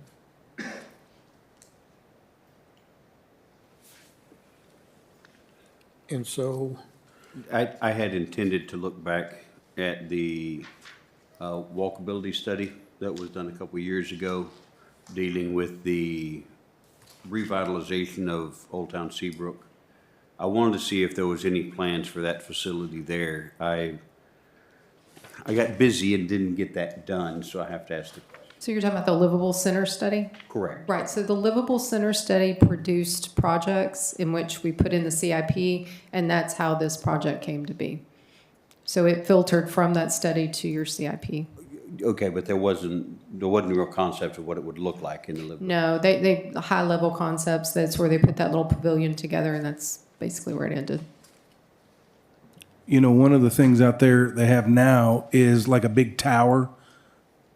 That would be smart to keep that. It's like an observation tower. I think that would be smart if we kept it. Yeah, the You could still make a proposal- Yeah, Kimberly Horns, that's one of their first objectives, is to look at the office space to see if it could be converted to a public restroom and if that's even feasible. So that is in the proposal.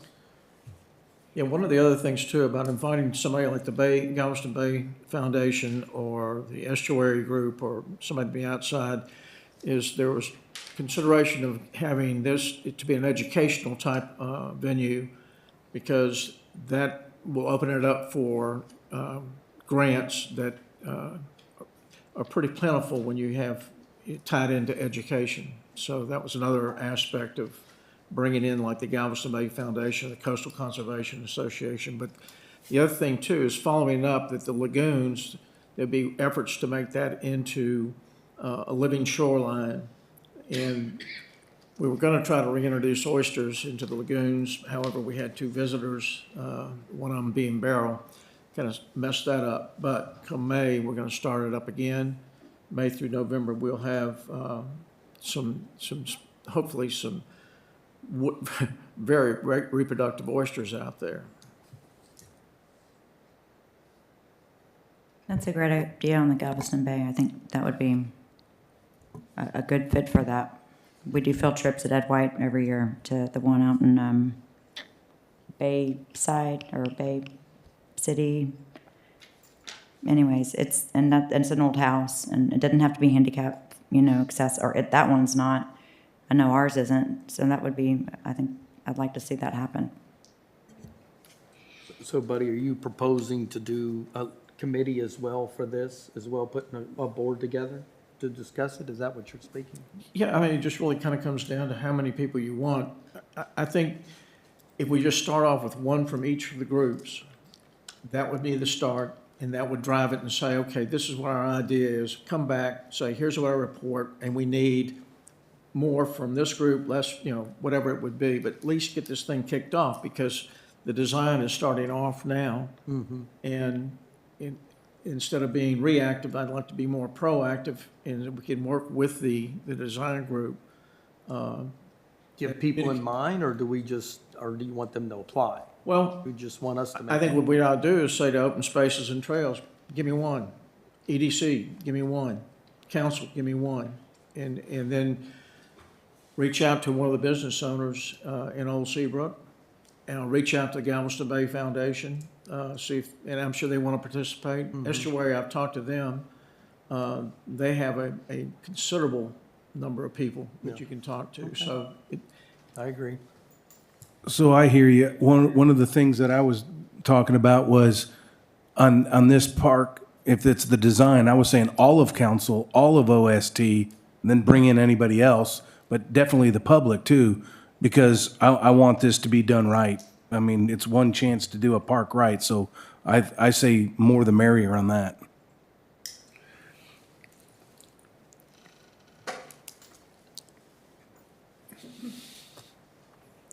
We got one saying everybody in the city and one saying just one from each organization. So do we want to make a compromise and not have everybody in the city attending this?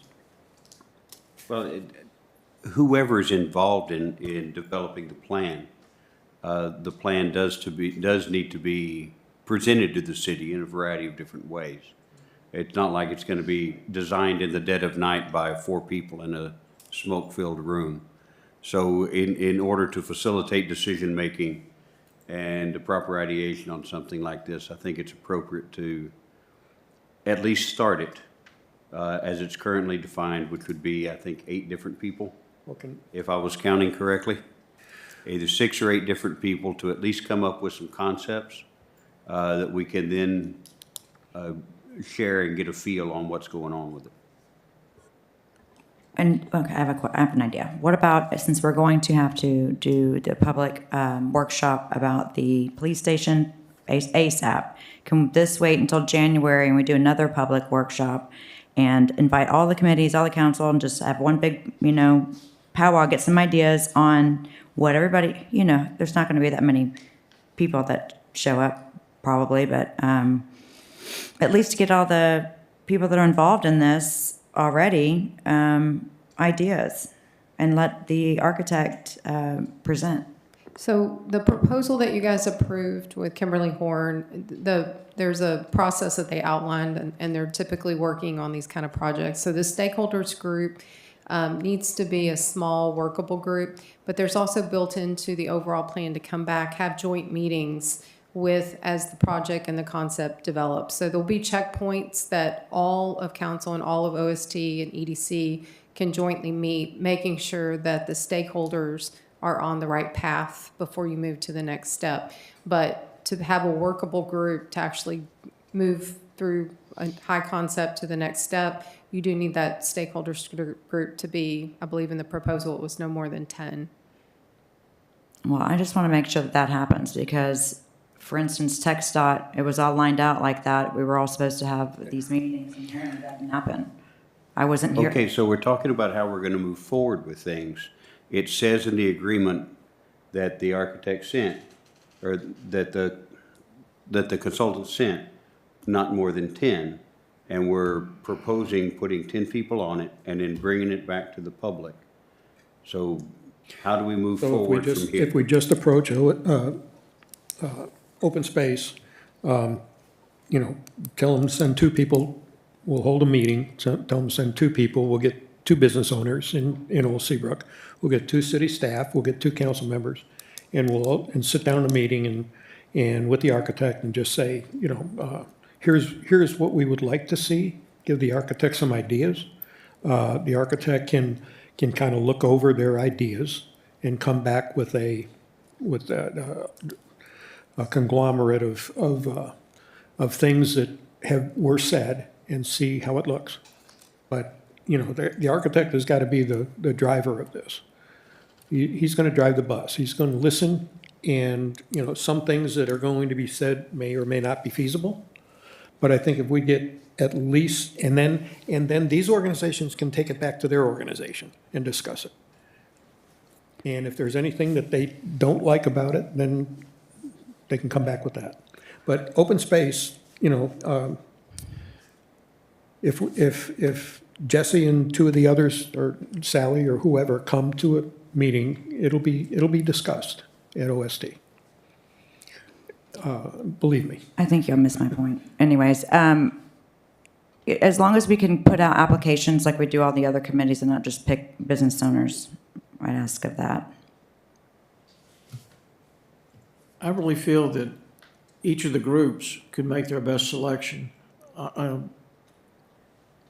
Because like if OST, if we go say, look, we'd like 2 people from development spaces and trails, and here's what it's going to be involved in. One, they have the best knowledge of who is most qualified and who's got the most interest, as opposed to any of us. Same thing with EDC and going to the Galveston Bay Foundation, in the outside interest, the business owners. I mean, it's not a locked deal. It's just to get this thing going. And then after we get it going, and if OST says we need 23 more people, or they say we don't even need to be there, that's their decision. But nobody's going to be excluded, but just to get this thing off the dime. Well, I understand that, but Mayor had said some business owners, and that made me think that he was talking about, besides the committee members we're talking about. I'm talking Old Seabrook business owners. There's, if all of them want to come, that's fine. But I mean, there's 2 major ones. Right. And I would assume they would want to have their input, especially it's their next door neighbor. For sure. So I would think that, you know, that fulfills the 2 business owners. Right, okay. I don't think Dairy Queen will be as interested as Right. the Lion will be. Good point, okay. So I think we can approach them and get them involved. And we'll just set up a time and a meeting date, probably in January, to get kicked off. I think Kinley Horn will be available. So Seabrook residents, old Seabrook residents, I would assume that would be, those would show up. Yeah. I don't care who they are. We can, Jack and Marcy Friday. well, yeah. No, I mean, Yeah, there's people out there. we can solicit and ask if anybody, you know. Who would be interested? Right. Can we have something prepared by the Christmas tree lighting or breakfast with Santa, we can kind of advertise to these people that we are going to have these committees coming up. We can copy what we've done with the other boards. And, We have two big events coming up. We should be able to recruit at those two events. yeah, we can put something together to hand out and do something electronically as well. Okay. I see one guy in the audience right there. Yeah. Anyway, are we good? 5.3. Consider and take all appropriate action on the continuation of an annual Celebration Seabrook event hosted by the city and consideration of an alternate organization to host the event. Okay, I brought this up because of comments Mr. McCall made in the last meeting that we should have an outside civic organization do it instead of spending hot tax, which is just about exactly word for word what Jesse Jones said in an email to me 2 years ago. And I think, Rob, you were copied on it.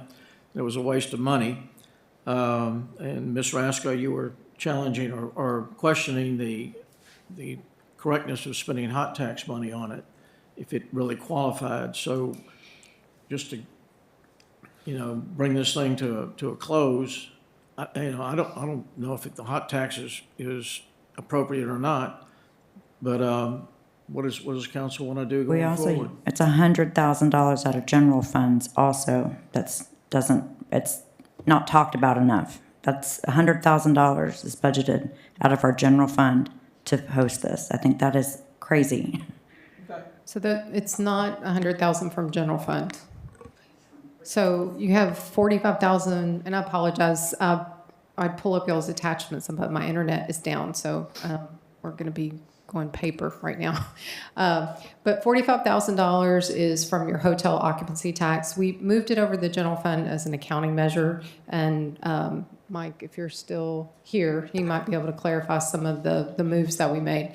But it's in the general fund budget, but your revenue sources are the tickets, the hot, your sponsorships, and EDC. So all of those monies come in, the expenses hit general fund, but you're getting revenue not from your ad valorem or your property taxes. Those are from other revenue sources. I've done the math on this a few times, and it seems like we're more like $168,000 in between vendor fees. 168,000? Mm-hmm. No, it's not that much. Yeah, come on up.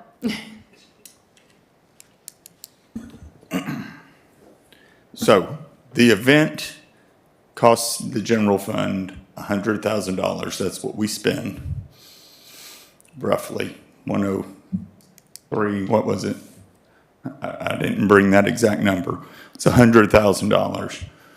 The EDC pays the general fund $10,000 for sponsorships, and hot tax pays $45,000.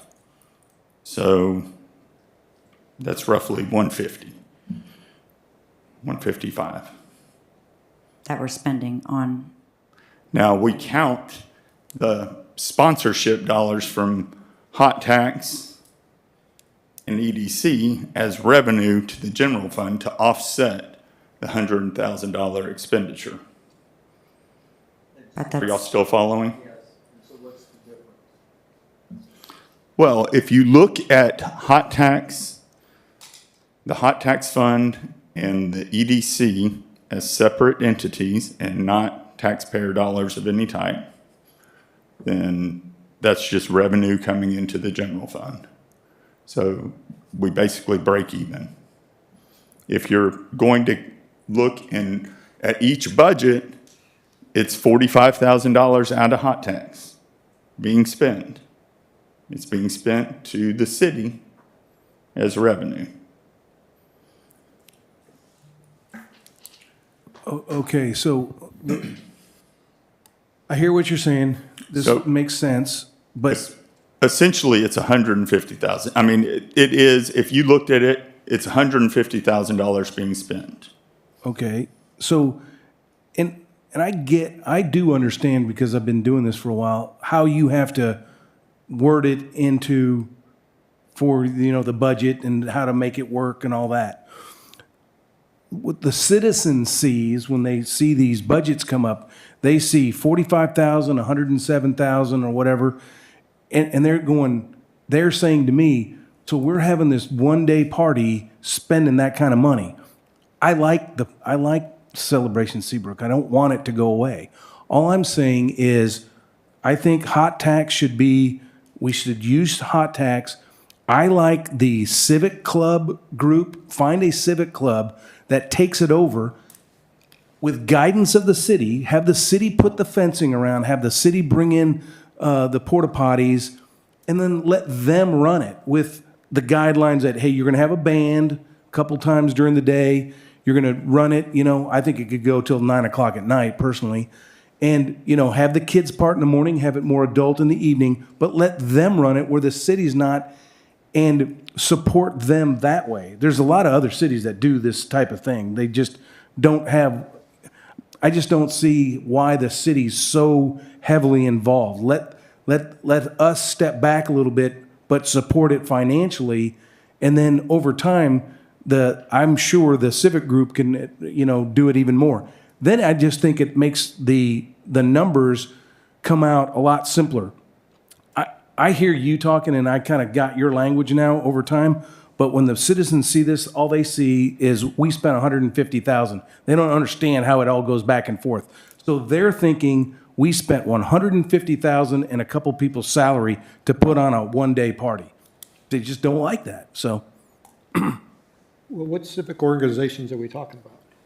Well, Seabrook used to have a Seabrook Civic Club, a women's Seabrook Well, Civic I'm talking Club. about now, not before. I'm not 100% sure, but you have a bunch of different groups. I'm sure someone could step forward. What, I'm asking, who are those other groups? I don't know of any that have a budget Well, to put on a celebration. And the other thing too, the Seabrook celebration going back was put on by the Seabrook Association, and they were independent. The city bought an ad, I think $5,000, and that was it. And the Seabrook Association put it on, they sold beer, they were vending it. Members of council volunteered at the beer truck, et cetera. But after 3 years of straight rain out, that it folded its tent and went away. Are you suggesting, Joe, that we hire a third party to come in and finance them and then they run it? Is that it? no, I'm not saying, hire them. I'm saying have a civic group come in and do it, kind of like, Seabrook Association. And I'm also sure that if it was put out there and a group wanted to take this over, I think they could do it at a better cost. That's just my opinion. But the city would be financing it?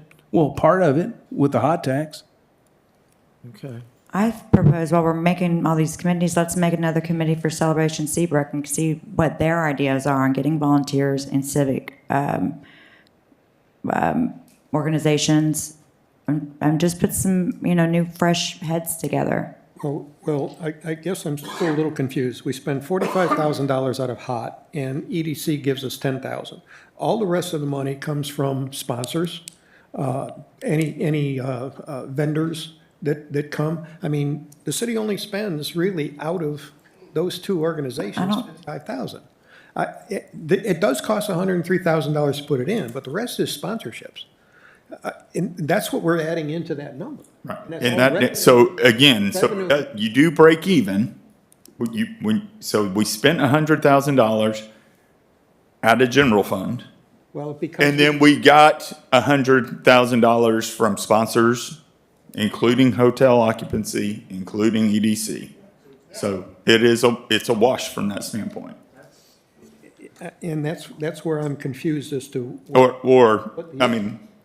If we hired somebody else to put it on, how are we? So if I give Joe $60,000 and say, Joe, put on Seabrook Celebration, then you're going to take that $60,000 and go hire bands and eateries and to come in, and you're going to spend $100,000, right? Let's just say, keep with that example. Where are you going to get the other $40,000? You're in a hole. A civic, and I'm saying you, I'm not, but a civic, Seabrook civic committee or whatever puts this event on, they only have $60,000. And I'm just rounding numbers up, but they've got the hot tax funds and the EDC funds, $60,000. The event costs $100,000 to pay vendors, to pay the band, to pay the food people, to pay everybody, the security, the event coordinator, all that. It's $100,000. So that civic, let's say Rotary, just because it's an actual organization, they're going to have to come up with $40,000, or they're going to be in the hole that much more. And the other thing to add on to that, and I appreciate that, the other thing that you don't understand in other civic organizations, we're giving them money. Now, guess what? They have to track everything they're spending, because if they get audited and we're giving them the money, they need to figure out what's going on, where's this money going, because we're not gonna just hand them a check, say, oh, your expenses are good, here's your 100,000, we're done. There's a lot more to it. I think it's better to go through the city, we're breaking even, it's a great event, I think we just continue with it. I agree that it's a great event. I enjoy it every year. You know, I am not 100% convinced that it's in the right location. I would love to see it drive more business to the city. We heard some great speaking earlier about what draws people to Seabrook. People used to come for the music festival when it was still around. People used to. Well, we don't have the highways and excuse anymore. Can we turn this into something to attract people to Seabrook? And I don't think we can do that at the park where it's at right now. I agree with you, but I think it could be moved to Main Street once the new park is done and the way we create that. So that's the intent. So that's why I want to keep it going, to move it then from over there. And I guarantee you it will get bigger like it does in LaPorte, where heads are in beds because they're coming for that event because of the concerts that are going to be held there and the, you know, whoever's singing or whatever. well, we used to charge admission, and, you know, we kind of got away with that because we said that this is for our citizens. You know, and it was a local event. We can use hot tax because it also, we can use it as for the arts, and bands are art. So we can use it out of hot tax. And we've had that determination by the AG, you know, everything's good.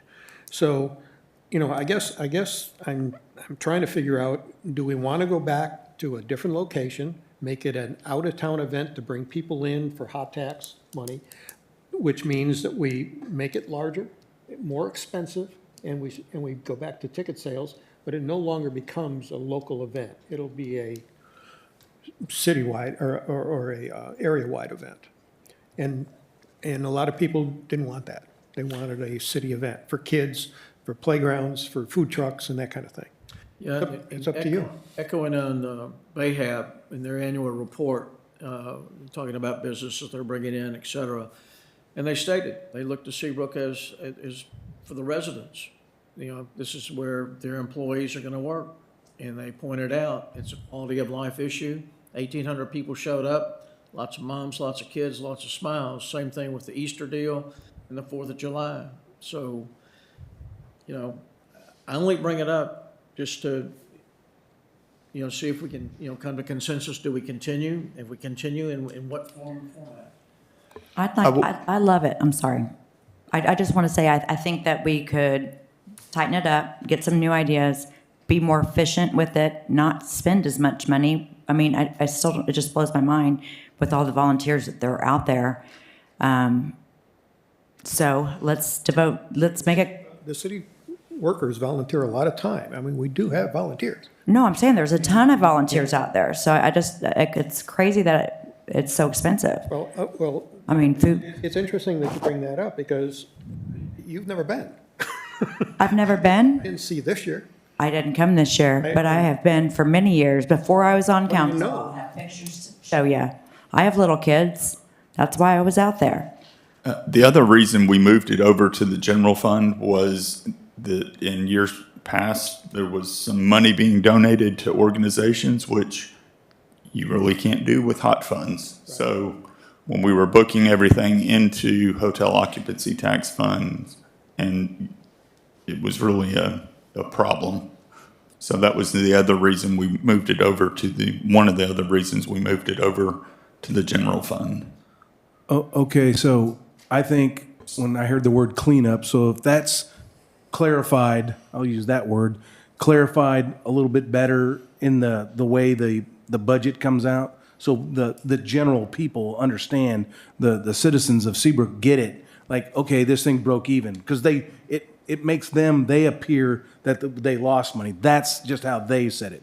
But you make them, you explain it to them, hey, this did it. I really like the Main Street. I came when Merlion hadn't even been started yet. They had that field where there's about 6 houses now, 5, 6 houses. Well, that's where the bands were. That was really cool. But now, if the bands move further down, you have like a bandstand, maybe something like that, or you temporarily put something up for them. If you had it down Main Street and put a bunch of vendors up and down the street with the memorial there and everything else, that would be a really cool thing. You got one parking lot.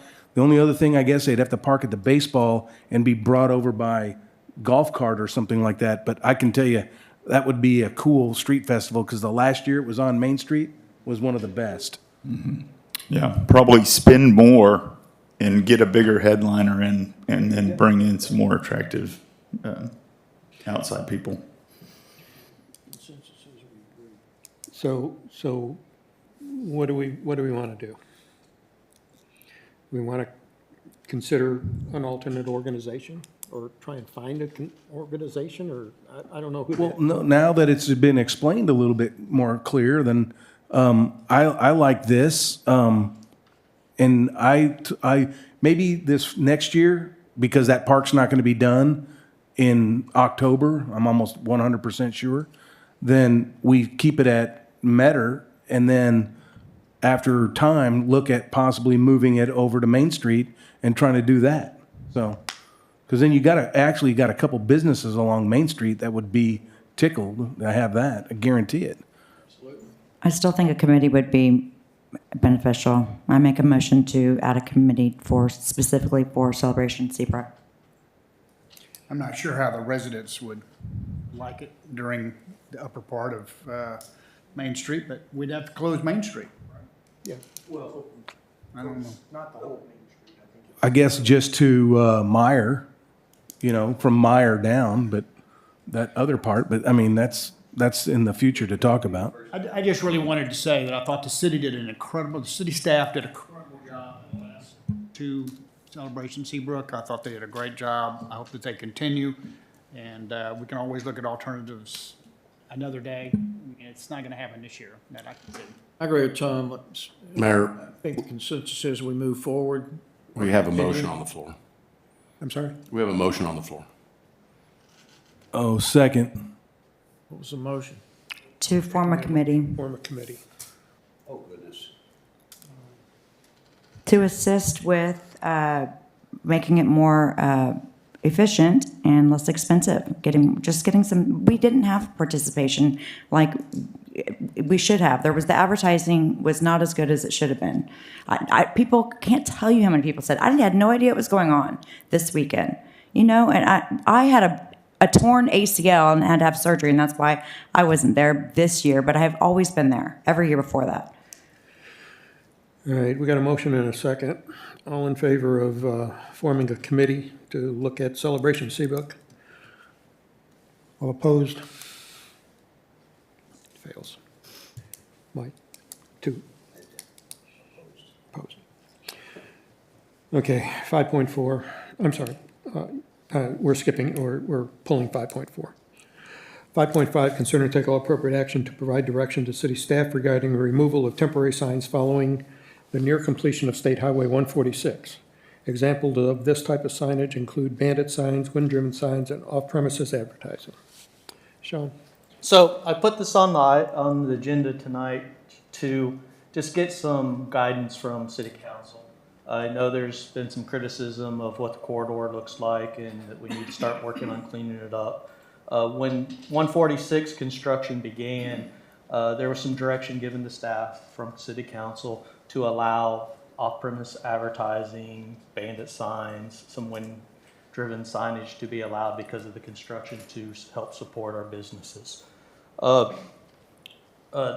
What I'm asking now is, now that the 146 is nearing completion, what direction does council want to give staff? Is it time to start cleaning up those signs, asking businesses to remove them, we start going back to enforcement? Or do you want to extend that period of time a little longer to help support the businesses in moving forward? Actually, we somehow lost our screens too.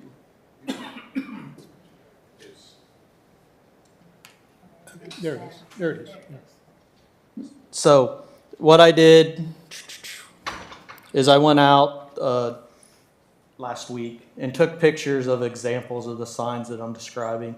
So again, the ordinance defines what a temporary sign is, and it also prescribes where they can be located. So currently they're required to be located behind any property line. They can't be in our right of way. We've extended that allowance during the construction of 146 to allow those signs to be located in places we normally wouldn't allow them. The examples I show, again, these are bandit signs that are located in the right of way in the old Seabrook area. And again, these are just examples. These people aren't doing anything wrong. These are things that were been allowed. But is this something that you want to continue now that 146 is coming to a conclusion, or is it something you want to extend? We're just asking for that direction, because code enforcement, as you guys are aware, you gave us a directive to increase code enforcement. Code enforcement's working on junk vehicles right now, substandard structures, and many other things, and we're putting a lot of effort towards that. And the question came from that group, is it time for us to start doing this? Gail and I had that discussion. We thought that, you know, again, the conversation with our business owners, as we start going back through the process of enforcing this, they're obviously going to be outspoken about it. And we wanted that direction to come from council, if you guys are ready to field that, those type of conversations as we go in through the enforcement process. But again, some of these signs are in the right of way. We have some off-premise advertising, this backyard sign for their location. This sign is not located on their property, so it's off-premise advertising. It might as well be a billboard. And so when we start going through the process, again, I'm just trying to give you examples so you know what we're going to be doing. If you guys give us direction to do, this sign would not be allowed on this corner anymore. It would have to go away. It's off-premise advertising.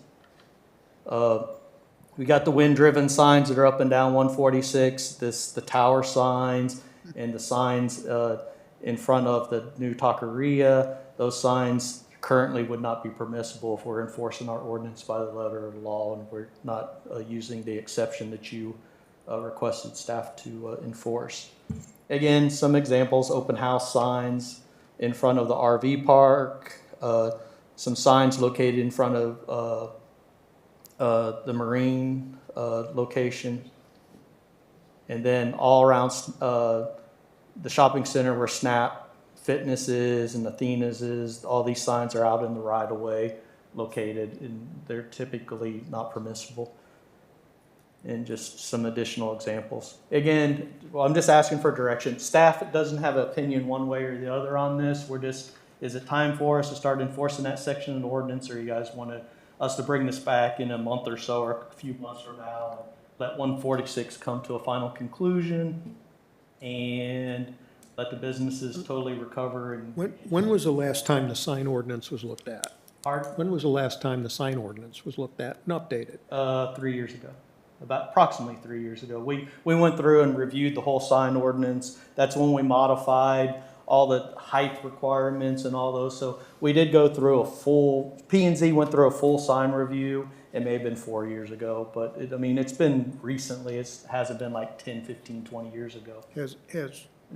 And again, if the direction is to go through and look at the sign ordinance again at some point in time, staff's more than willing to do that with planning and zoning. But this is more us asking the question. We have ordinances on the books right now that have been suspended based on some direction that was given from staff. Do you want us to start enforcing those sections at this point in time, or hold off and do it at a later date? The short answer to your question, I wouldn't suggest fully enforcing them at this time. Pointing out to the owners of those signs that they are outside of the ordinance and letting them know that the city would like some kind of input as far as what sign ordinances should be. One of the biggest complaints I've heard in Old Seabrook is the restrictions of the sign ordinance. Well, you've heard me talking about it for 4 years I've been on council. We need to look at our sign ordinances and make sure they're appropriate, not for the city we were 20 years ago or 10 years ago, but for a city next to a highway. So soliciting their input and trying to get some of the really trashy ones cleared up. Those feather signs, you guys have always said you can put them up in the morning, take them down at the end of the day, but they got to be maintained. There's some that have been outside for a long, long time. No, and I agree, and those elements we can definitely look at. Again, we went through, so when we created the State Highway 146 Main and South Districts, we went through a total review of the sign ordinance. That was the catalyst. That's kind of what facilitated it. And as part of that, we looked at the whole ordinance. When we got into Old Seabrook, and again, this isn't anything that I'm just kind of giving the explanation of what happened in Old Seabrook. When P&Z and City Council at the time looked at the signage within the Old Seabrook district, they looked at that signage as it's in a mixed-use district. So you have houses and residents in that same district. So the limitations, the size, and the type of signage that was created or permissible within that district was looked at based on you could have a house next to a business. And so some of those, that was taken into consideration. Now, going back and re-reviewing that and looking at that again, I think is definitely an exercise we can go through. Same thing when you look at the district. At one point in time, we went through the process of looking at the height allowances in the corridors, 146, Nassau Parkway, because at one point in time, everybody who's lived here for quite a while, McDonald's had a 75-foot tall sign. And so it was looked at. We didn't want that. The city decided at the time we didn't want that sign pollution. Now the maximum height of a monument sign in that corridor is 12 foot tall. And again, as we go through the process, and again, these ordinances are very fluid, as we get businesses start coming back, and if there's a need, then it definitely is something staff would recommend looking at those ordinances again. But it was the aesthetics of that corridor was considered when we went through and modified the sign ordinance and how you were going to address that pollution. Did everybody want 75, 50, 60 foot tall signs up and down that corridor again? And it was decided at the time that that's not what the city wanted to look like. I'm not an advocate of 75-foot signs. I'm also not an advocate of businesses that can't advertise what they do or where they're at outside of, somebody driving on the road next door. So there has to be a compromise somewhere in the middle. We've talked before about directional signage coming into Seabrook and using a similar style for that to point towards Old Seabrook and allowing some of those businesses to get standardized signage. Not allowing them to get it. I mean, obviously they can get it, but setting a standard for the signage that would point businesses their way. If we solve that problem, then I'm all about getting rid of the bandit signs. But telling them now, we haven't enforced it for 4 years. Look, the road's done. We don't have a plan for anything else. Get rid of all your signs. Yeah. That's not what we want to do. Yeah, and that wasn't the intent of staff, so let me clarify. I apologize. What our intent is we were going to send out 30-day letters to all the business owners in advance, letting them know that the direction has come back from council to move forward with, everybody coming back into compliance, give everybody 30 days, and then then visit with them individually, kind of work through voluntary compliance like we do normally. I mean, we try to go through that process. All our processes are lengthy because we go through that customer service process. We typically don't show up at your house and try to get you to come in. So, Sean, that was the process. I apologize. I was being a little bit sarcastic. I didn't mean, I shouldn't have said that and implied that you would just go out and tell people they had to take them down. I understand getting somebody to remove one of those signs is a 60 to 90-day process. Hopefully in that process, we can solve some of the other problems so that we give them a real alternative to advertise and drive business to where they're at. And that's all I'm doing. I'm just looking for direction, y'all. I mean, again, there's been criticism throughout the community that these things need to be cleaned up. And I want that direction from council at this point in time. How do you want us to proceed? That's all I'm asking. I sure would hope that we would hold for now, and let's give it 90 days, and let's take a look at it again. There's some of these businesses that you were on the screen here or had a tough summer that are struggling. Sure. We don't want to take away their opportunities at this point, I think, and particularly the ones in Old Seabrook. You know, some of those signs, is like them, dislike them, are part of the charm of bringing these little tiny businesses, and some of them may only be open 3 or 4 months out of the year, for example. So I'd like to see some leniency with some of the signs for now, and then maybe we can move towards something that would be well publicized, and then a opportunity to give these people to put some kind of sign that they would be proud of.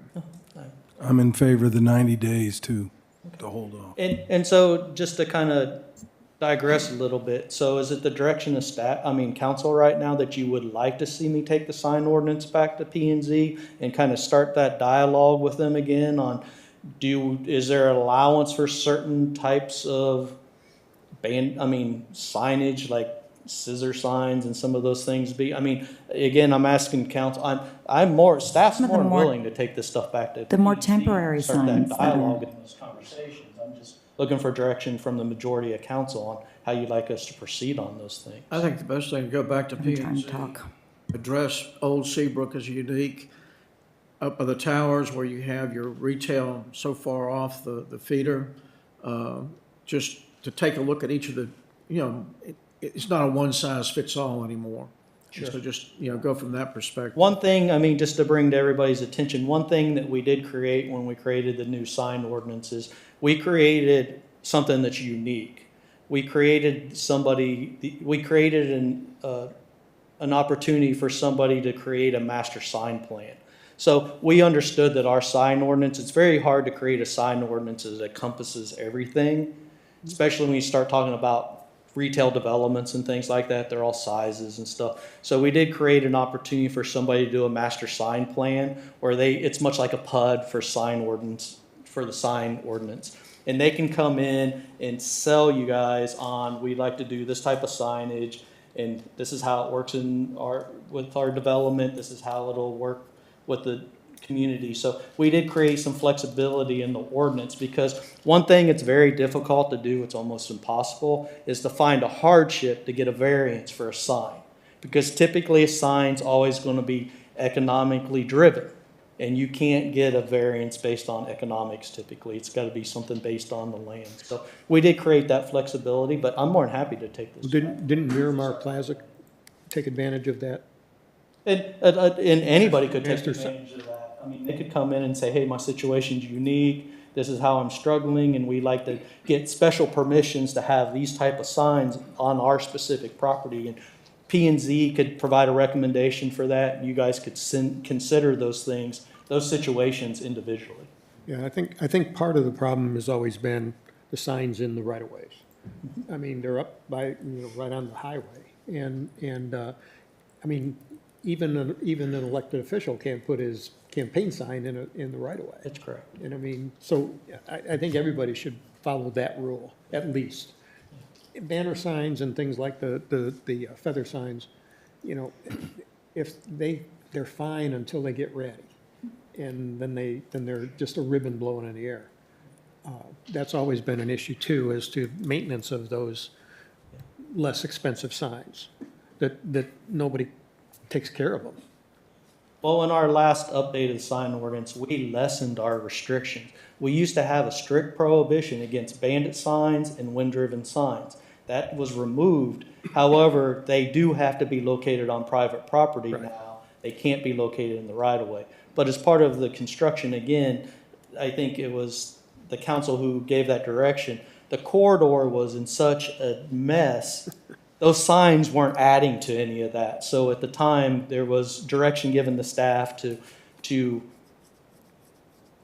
reassign our resources, and there's other things you need to worry about and let this go for the time. But at this point in time, we've neared that, so we're just looking. And the 90 days is fine with us. I'll bring it back in 90 days. You guys can look at it again. It may require another extension, but I just wanted some direction so that we're not allowing something that you guys, we got a lot of new council members since that was decided, and I wanted everybody to give direction to staff, because if it's time to clean it up, I want to be able to clean it up if you want to give the 90-day extension staff. Maybe we should do a committee. I'm just kidding. Is it possible that if we did have a pretty strict sign based on sales tax, would EDC be able to help with that? I'm sorry, I didn't hear. Yeah, would EDC be able to help pay for some of the signage if they stayed within a restricted signage size? Yes. Okay. Something to consider. Yeah. In other words, if you have a sign program. We had a sign program with EDC. And who was paying for the signs at that time? The business owners, right? There was a facade incentive and a signage incentive at one point with EDC. So if you It's wanted still to- there. Right, we still have an it. incentive for them to stay within the sign that everyone's agreed to. Well, they would have to stay within our code to get the. Absolutely. But then if you got EDC to help with some of that. We have that program still in action. They just need to reiterate. Exactly. Well, they do, should. Exactly. So I would like to see any of the tattered signs or missing signs from like Barrel. I'm not sure if the one at the bank on Repsdorf, that missing one. I mean, Yeah, and we've reached out to that property owner. So again, actually, he committed to, I had an email from him today, the original developer of the town center. He's still the person who possesses that sign. He's working directly with Beacon, with the credit union right now. That was the old credit union sign. So again, those are the things that where we're going with this is, it was kind of the catalyst that facilitated this. We're contacting those those business owners with those old signs right now actively, bringing them into compliance and things like that. And that's where the bandit sign and the wind-driven sign issues came up. You know, the question, are we ready to do that? But we are working on those things right now. okay, yeah, thank you. Yeah, the permanent signs is what I meant. Yeah. Okay, so we're going to ask the city to, ask staff to give a 90-day,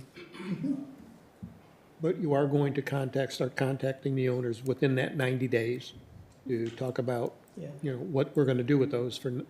What the direction you guys clarify for me. We'll go ahead and allow this for another 90 days, and during that, close to the end of that 90-day period, I'll put this back on the agenda again, and we can have this discussion again if you guys feel that we need to extend it again. Again, we just want clear direction on what we're supposed to be doing. So again, staff doesn't have opinion one way or the other. I agree with that. Want to make sure we're doing what you guys want done. Okay. You good? Okay. Thanks, John. Thanks, John. 5.6, consider and take all appropriate action on approval of the nautical bollards installed on State Highway 146 corridor. Mayor and Council, TxDOT and the landscape architect reached out. The nautical bollards, when they went to bid, were spec'd out to be black. If you've obviously seen the install, they're silver. So they need to, this is a change order that they've got to get cleared up. So I'm bringing it back to council to make sure which direction that you guys want to go. If you want to take it back to exactly how it was spec'd out black, they can be removed. Otherwise, they'll change order it and leave it silver. The silver looks painted. It looks painted. It does. It is. That's terrible. So if we go back and change order and black, do we have to pay anything? No. No, that was what they were supposed to be. Black. Yeah, the silver ones don't even show up really. They look cheesy. Are there going to be ropes or something in between them? There's none in the plans right now, no. No. I didn't know that was No, finished. I think way back when, it was more of a nautical feel that they were putting them in. It was part of the overall plan, just a nautical look, the same thing with the white. Yeah, it looks the odd to white- me also. The white traffic signs and things like that. I personally thought the bollards were gonna be white to match those, but Gail's saying they were black. No. There's respect out of black, it's no cost to the city to change them back. I don't have a problem with them the way they are. I think the black ones will, to me, the black ones will look a little funny. They'll show up as the only dark item in that whole area. We could quibble over the details of it, it comes down to personal preference. I would prefer to leave them as they are, my personal preference, but the council as a whole decides. My concern would be that the black ones will age better. Like color, they're gonna change, and who has to maintain them? The black ones would be, I think the black ones will show up better, and I think that they will look and last longer, that's my opinion. They match the stars. The stars are black. I say we get a committee to, no. The stars are black, and the landscape architect chose black, spec black. You know, it's TxDOT's, or it's, Yeah, the whoever's stars are mistake. actually that Seabrook blue, but, so it would be a different color, but, yeah. We could change them to black because it was originally spec'd out as black. We could ask them to be black with no cost to the city. Any other color would incur a cost to the city. Yes. And I would argue pretty strongly about spending more money to change the color of the bollards. Do we have a picture of it currently, the silver ones, by chance? We do, it's in your agenda packets. I'm sorry, my internet is down at this computer. I can pull it up, or Sean, do you mind seeing if there's internet to go straight to the agenda packet? Oh. I don't know what color they. I thought that was the color. I'm like, okay. I thought it was. Well, the other thing is, they need to install them straight. Some of them are tilted. Yeah, I noticed that hit by a car. No, it's just, that the ground was tilted, so they just tilted the damn. I don't have an issue with it. Well, you know, there seemed to be. Well, I think is, let's get what we paid for. Let's get what we paid for. We paid for black, spec black. Do y'all want to do a motion second and vote on it? Yeah, let him call it up. He's trying to get a picture of it. After looking at the picture, I'm not sure I think black's gonna be better either. I mean, the poles are all silver. Do we actually need a motion and a vote on this? Or can we just voice our opinion by show of hands, black and white? Well, So let's just, if you're not gonna, I mean, I think a show of hands to remain. Yeah, they're white. They're Silver. part It's of fine, the then no white. action's needed, but if you wanna change this, Do we need a vote? you need to vote. And see, I move that we instruct TxDOT to install black bollards. I'm sorry, I didn't hear, I'm sorry, what? black, a motion for the black. Yeah, I guess. I like the black better. I thought the silver was the primer coat. it looks like it. It looks like it. I'll second. Got a motion and a second for black. All in favor? For black? Okay. He had me at primer. He had me at primer. Yeah, Jackie, were you opposed? No, okay. I said he had me at primer. I voted for silver. Okay. All right, 6.0 discussion. 6.1, discussion regarding the proposal from Space Center Houston for advertising and partnership opportunities for 2025 at a total investment of $100,000 from the Hotel Occupancy Tax Fund. I'd say we postpone it and give it to the board, the new board, to discuss and look at different options. Second. Let me ask a question. How much are we paying CPB right now? I know we're gonna be out, but how much money was that a year? We ended that contract with a flat fee of $46,500 annually. And how much were we before they lowered the price before then? So before, it was a percentage of our sales. So we were, I think at the height, around $86,000 paying the CPP. So at one point, we were paying for advertising, so to speak, for marketing, about $85,000 already.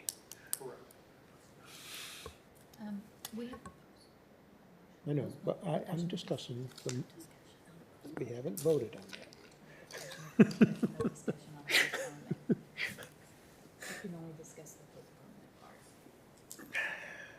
I'm discussing the agenda item. Okay. I can't discuss it because somebody made a motion. For postponement, I can't discuss it further? Okay. You can only discuss whether you want to postpone it at this point. Is there a second? Yes. There is a second.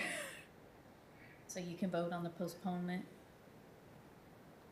but you can only discuss the postponement part. I don't agree with that. They can discuss whatever's under the agenda. I'll open it up to discussion. Thank you, Robert's rules. I know, right? I don't think we can do that. We can vote on the motion and deny it. Yeah, if you don't want to postpone it, you can go ahead. All in favor of postponing it? All opposed? Okay, you want to postpone, wait.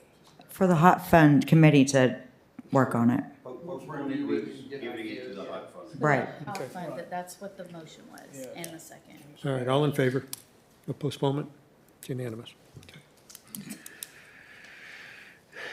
Get nothing done in this meeting. Discussion regarding the lighting installation at Meadow Park, including the cost and direction of the lights.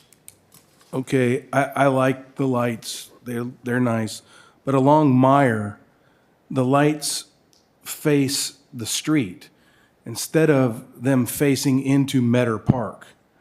So I was curious as to why they have that angle. They're the other way, so when you're driving down Meyer, the light faces you when you're driving, and when your car comes up on the sensor, they come on. So if they were facing into the park from Meyer, that wouldn't have happened. So I don't know why that happened. We looked into that. So the actual light has a microwave detector. It's an actual, you can't really see it on here, but it's like a 24-foot radius around it. So even if the light was turned around, it would still do it. It would catch it. Okay, but at least the light then wouldn't come into the driver's. See what I'm saying? If it's facing with the back, then it wouldn't have, okay. I get that it's a 24. I don't know why it has to be a 24 circumference, but if the light would have been that way when you're driving down, it's facing out into the park, then it doesn't go into the driver's eyes. People have mentioned that to me. Okay, that's one. Then the other thing is, I heard it had been mentioned that there was another company that it could have been done in-house. Like the holes could have been dug and we could have buried the poles at a certain cost, but then the company ended up doing this, and that's why it was like 55 or 72,000 or something like that. But It was ARPA funds. ARPA funds paid, okay, well, then we clarified that, good. But anyway, I was just asking that question, so trying to figure out. We can look at maybe doing like, rotating the light. I don't know. Maybe doing like, I can find out maybe like a shade that goes in the front of it. Well, it would only be on the I sides. don't think you want to start dealing with. But now that it's done, you know, but I was just wondering why it wasn't where the light faced into the park, that's all. I mean, yeah, so it's on the park side, but facing toward so if you're going down the road, the light is in the park and the angle is toward the street. I think the pole should have been on the other side of the trail and the light angled into the park. That's all I'm saying. I see. And it's only about 5 or 6 posts, correct? That's all. On that side, yeah. Yeah, that's it. So, not the biggest thing, I just was trying to figure out. So, where's the road up here? Yeah, these. So, the dots have them on that side, but they're really not. They're on the others, they're on the park side, facing into the, Yeah, they're on that side facing the street. facing the street. I'm just saying Wanting the them to go angle should have been going into the park. on that That's side facing that way. just makes sense to me, but anyway. Okay. That's it on that.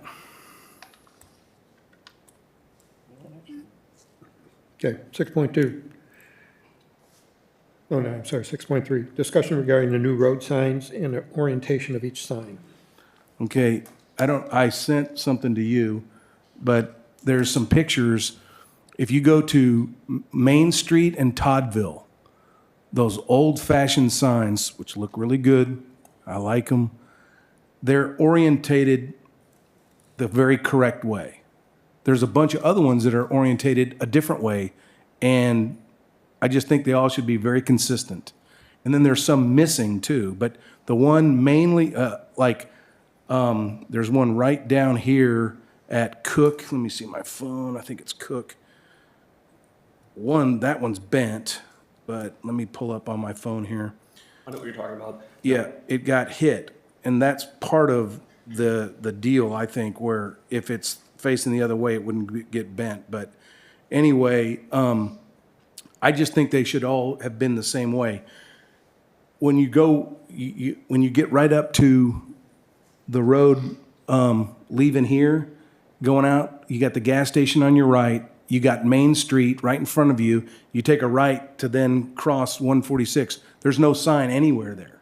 So nowhere does that tell you what street that is at that intersection. So there needs to be one there. Okay. But having them all consistent is a big deal. I noticed that kind of stuff right off the bat. But like I said, the one that is correct is at Main Street and Toddville. It's exactly the way they all should be. And I just like that consistency. And I think that kind of goes back to that EDC thing is if your city's all looking the same way and they're paying attention to detail. But here's the good thing. Those can be fixed. All they have, there's an adjustment. You just flip them around, orientate them the correct way. So there's 4 ways they can go. There's the blue, the red, the green, and the purple. You can let us know which way. We can make them all one that way. Right. But we just need to know which orientation. I see what you're saying. And I would suggest people look at the one, again, when you're driving down Main Street and you get down to Toddville, right there, that one, there's a stop sign and then there's signs are orientated. So when you're driving, is the signs pointing that way or Yes, is the sign pointing that way? the Toddville is off to the right Okay, so it's away from and Main Street is with you, coming down the street. pointing at you. Yeah, correct. So you like So I guess I'm liking this one, purple. purple, I think. That's where it's. Yeah. That's the way that one is. Yeah. Aren't there actually TxDOT guidance and not legal, but generally accepted practices for roadside orientation versus the road that they represent? Not for these kind of signs. These are directional signs. They don't impose any kind of speed limit or stop. Right. So there's street. There's no generally accepted way of orienting those signs. You can orient them any way you want to. Our current signs are the cross, so there's no real flag to them. Exactly. These are the new decorative ones which have a flag to it. Right. And again, no one's upset about this. I just like that uniformity. But here's the other thing too. We have almost four different sets of signs around Seabrook. There's some new blue ones that the font is really small. People have complained about that. Now, they actually complained there. The rest of them, they're just basically saying, well, you got 3 different signs and some are orientated one way or the other. And they'd like some uniformity to do that, so that would be on us, but anyhow. Yeah, all the old signs, the green signs are eventually going to go away. There'll be unless we go with the project to do all signs like this decorative one, it'll be the new blue with silver backing. Staff is working on getting the lettering right on the new signs. Right, I get it, no worries. So one thing that we are in transition, we're in transition. We created our sign standards, so all new subdivisions, much like yours, are all going to currently have this spec'd out in our design standards for signs. I know Gail's working directly with a third-party consultant to start putting together a new sign package for the entire city. We've gone through the process of getting estimates and budgets to replace all the street signs in the city, and it ends up being, if you go with a new pole and everything, you're talking probably about $300,000 to do that process throughout the whole city. So again, we are working on the process of making this stuff uniform, but we're in transition in this process right now. So that's why you're seeing a mix of different things, because it's all based on money.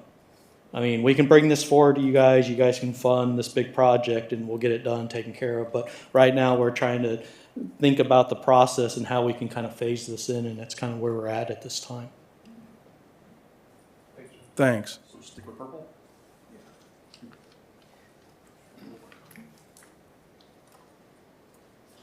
6.4, discussion. 6.4, discussion and possible action on the public comment directive at the beginning of the city council meetings directed at the public.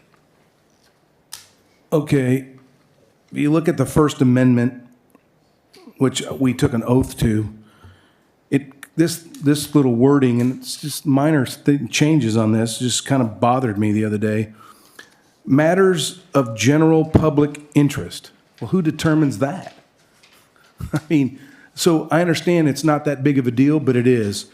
And then it also says personal attacks. Well, who decides what's a personal attack? Then the other one is your name and address, and that's a big one. I don't think anybody has to give their name or address when they come up. If they choose to, that's fine. If they choose not to, I think that's fine as well. The reason that's a big deal is the Red Oak Acres people have been very vocal, and when the code enforcement started, they got a new person, one of the first neighborhoods they hit was Red Oak Acres. And Red Oak Acres people are going, oh, that's interesting. We got a new code enforcement, and this is the first neighborhood you come to. I would venture to say 90% of the people in Seabrook have no idea where Red Oak Acres is. I've talked to many people, like, what are you talking about? I don't even have a clue. I have to say Bill and Marie's to the older people, and they go, oh, okay. I didn't know there was a neighborhood behind there. Then we have the animal control guy goes out there, and after another incident, and a lot of speakers, they're starting to get tickets for having dogs in their yard, but with electric fences. Well, every one of the speakers gives their name and their street, and everybody knows where that is. So I'm not saying that there's exactly the vendetta against them, but it sure looks like it. So I don't think anybody should have to give their name. If they choose to, fine. If they choose not to. I'd just like to clarify, Joe.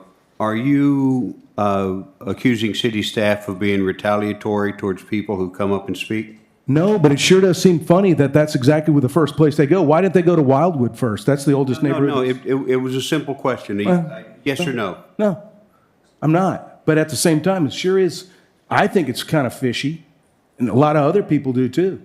It's just kind of weird to me. Joe, one thing about the fence, if you read the ordinance, it says, it describes a fence, physical and above. And that's what Dwayne enforced, that's all. And that's what it comes down to. He doesn't have any latitude to say an electric fence or anything like that. Hang on, we're off subject. We're talking about a public comment. Correct. Directive. So my suggestion is matters of general interest. Well, they can, someone can actually get up for 4 minutes and speak about Mount Kilimanjaro if they chose. It's public comments. So I don't think we need that line. And then personal attacks. Who determines what a personal attack is? And there's a lot of things the Constitution needed. My dad went and fought against Nazi oppression, and then people can come here and actually be a Nazi and talk pro on that. And he said, you know what? That's their right. That's what I fought for. So it's just a couple things that I think need to be changed in this. And it kind of is contradictory, in my opinion. So that's just my 2 cents. Mayor, would you like me to chime in? Well, I'd like you to give us a legal opinion on speaking at public comment. Sure. I mean, just to address the things that were raised, I'll start with the name and address. I don't disagree that if push came to shove and somebody didn't want to give their name and address, they'd still have the right to speak. I don't agree, though, that, I mean, we can implement certain reasonable restrictions. I mean, the entire Open Meetings Act is an infringement on your First Amendment rights. But it's done so to protect the public interest of the people that aren't here, and that should otherwise be noticed of and given the opportunity to speak on these things. But city business, city-related business, general public interest, yes, I think we can reasonably require people that come up here during public comments to talk about things that are pertinent to stuff that we do up here. But I mean, you don't have to. You can allow them to talk about Kilimanjaro, but we can say, no, you need to talk about public stuff. Stuff that's relevant to the city council and the city. Now, it doesn't mean that you can't, to me, if somebody wants to give a speech about, something personal going on in the city, to me, that's still relevant to city stuff. So, and falls under the category of general public business or interest, as you have it stated. So none of these restrictions give me any heartburn, as written. Just recognize that if somebody did want to refuse to give their name and address, that they would still have the right to speak. I like the address just because I want to know if the opinion that I'm hearing is from one of our citizens. No, and I think that's fair.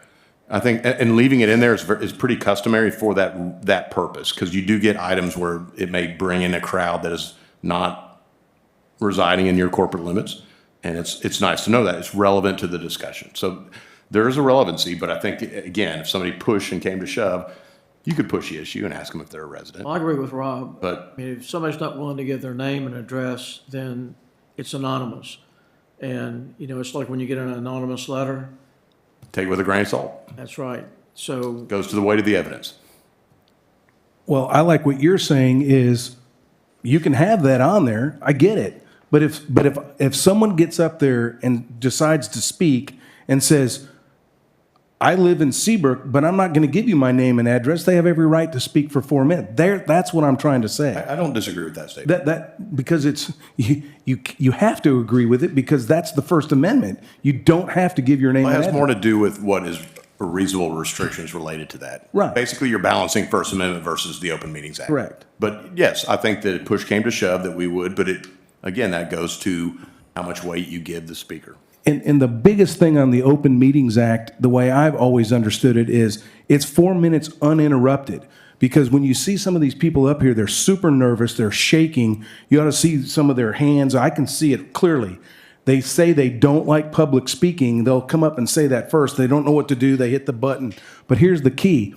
If the Open Meetings Act protects them on their 4 minutes, where people in other councils and other places were interrupting them, saying different things to them, like, oh, I don't agree with that, and it gets them off their statement, that's one of the reasons for it gives them their 4 minutes of uninterrupted speak to say what they want to say. That's one of them, not all of them, but that's one of the reasons they had the Open Meetings Act. But anyway. Joe, there's never been a time where I've held anybody to their 4 minutes. Yeah, and let me Ever.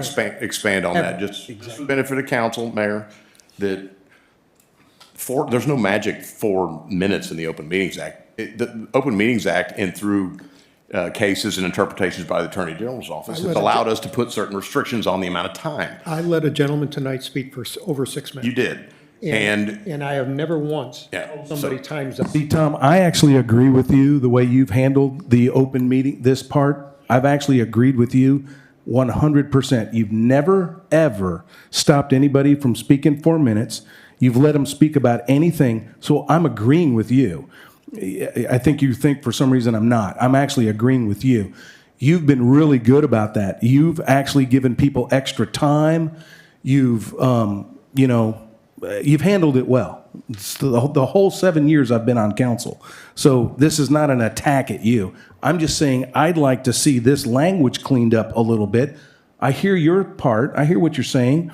I just didn't think there were some of these words. It comes off to me a little bit, you can basically say what you want. It has to be business related, but no, we don't want this, and then the personal attacks. So again, I was just wanting to know who determines what a personal attack is. Now, here's another thing in the 7 years. We really hadn't had a personal attack. We've had a couple that have kind of pushed the edge a little bit, but nothing really bad. So, but it's, That's not true. We've had people directly insulting city staff. You have done it from your seat, but we've had people from there as well directly insulting city staff. That kind of thing has happened.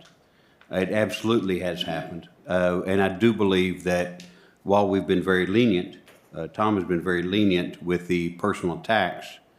I do believe that it should stay in there, just so if it does get out of hand, he at least has something to lean on to keep it from getting worse. I have only removed one person from council chambers in my 8 years here. Just one. And it was a gentleman that was sitting up there that was speaking loudly against council. That was a guy. that was the warehouse issue. Yeah, and so anyway, well, then I had two. Mayor, bottom line is just look, and I recognize some of Joe's points. I don't have any legal issue with the way that it's stated, with the understanding that if that issue did come up, we'd have to address it. Yeah, I like to know that the person is a Seabrook resident when they come up, and maybe if they just state that I'm a Seabrook resident and don't give me an address. But Joe, a lot of times you have asked them when they come up and forgot, you said, what's your name and address? I've actually done that. But like I said, I went back and read it and, you know, the First Amendment and just kind of looked at different things. And I get it. It was just one of those things that, you know. But like the First Amendment, like council said, that, you know, the First Amendment is protecting the people that aren't here at the meeting. You know, that's why it is probably a violation of the people that's speaking First Amendment, but it's not to the people that they're talking about, that aren't here at the meeting. Right. Well, obviously, too, the way I'm hearing people talk about this, if someone came up, and I have great confidence in you, Tom, on this one, if they came up and said, look, I'm a Seabrook resident, I don't feel comfortable giving my name and exact address, you're going to let them speak for their 4 minutes. There's a lot of people that came up, and Rachel's always picking on me, that I forget to ask them their name and address. They don't say it. Just the last meeting, there was a lady that came up and didn't. So again, I know it's not that important, but I think we need to know that they do live in Seabrook. They do have an issue or a comment directed for us to be able to fix it or to at least address it. And, you know, there were people that have come up here from Webster and El Lago and other cities. You know, although I want to hear what their statement is, we're not here to protect them or help them.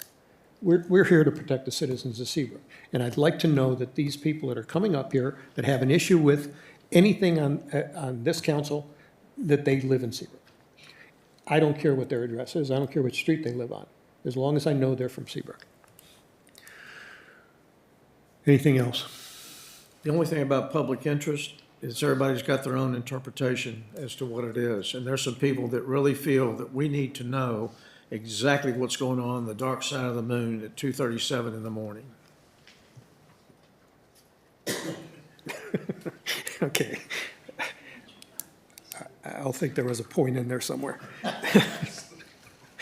7.0 routine business. 7.1 city manager update report to city council on various items that require no action, including Seabrook boards and commissions, transportation projects, and city of Seabrook CIP projects. All right, Mayor and Council, again, apologies, my internet's still down over here.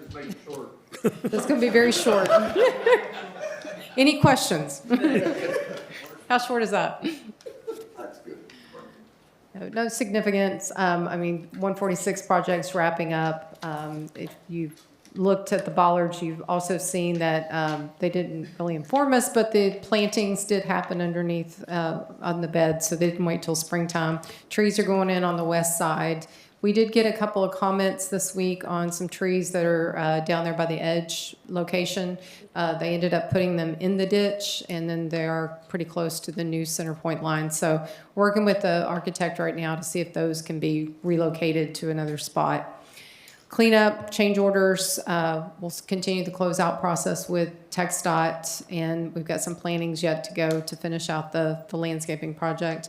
The 146 project going back to Fairmont is spotty at best. We don't get quite as much communication on that one, and so all I know at this point is we've got the closures that they're giving to us, which is that Shore Acres. There's a number of closures that we'll push out.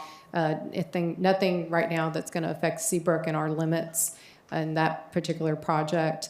We'll continue to monitor. There's no kickoff on their 2 transportation projects that we'll be moving into, which is the North Meyer project with the county and then the Toddville project, but we will go ahead and make sure that we continue to follow those and give you any information as that rolls out. Did we get any update from TxDOT on the Red Bluff overpass as to what a time frame is on that? They seem to have left out the middle section for a long time now. Yeah, that's the project crew that is, I don't get a lot of communication. I will reach back out to them and see if I can get a better update. See if we can get a timeline on the bridge construction, because they seem to have stopped. Okay.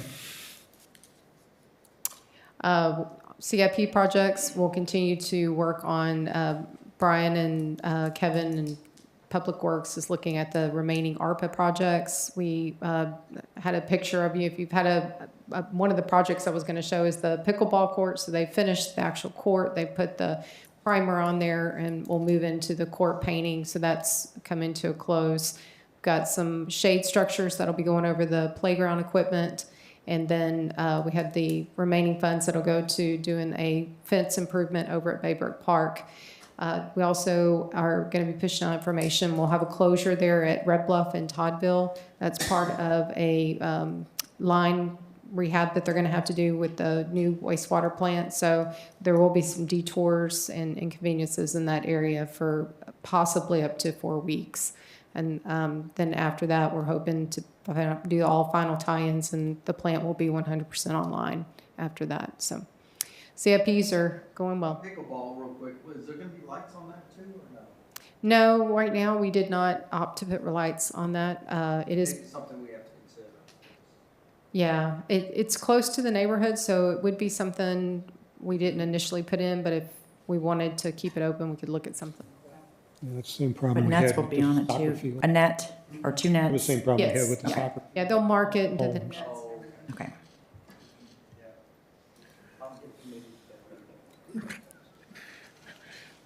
All right.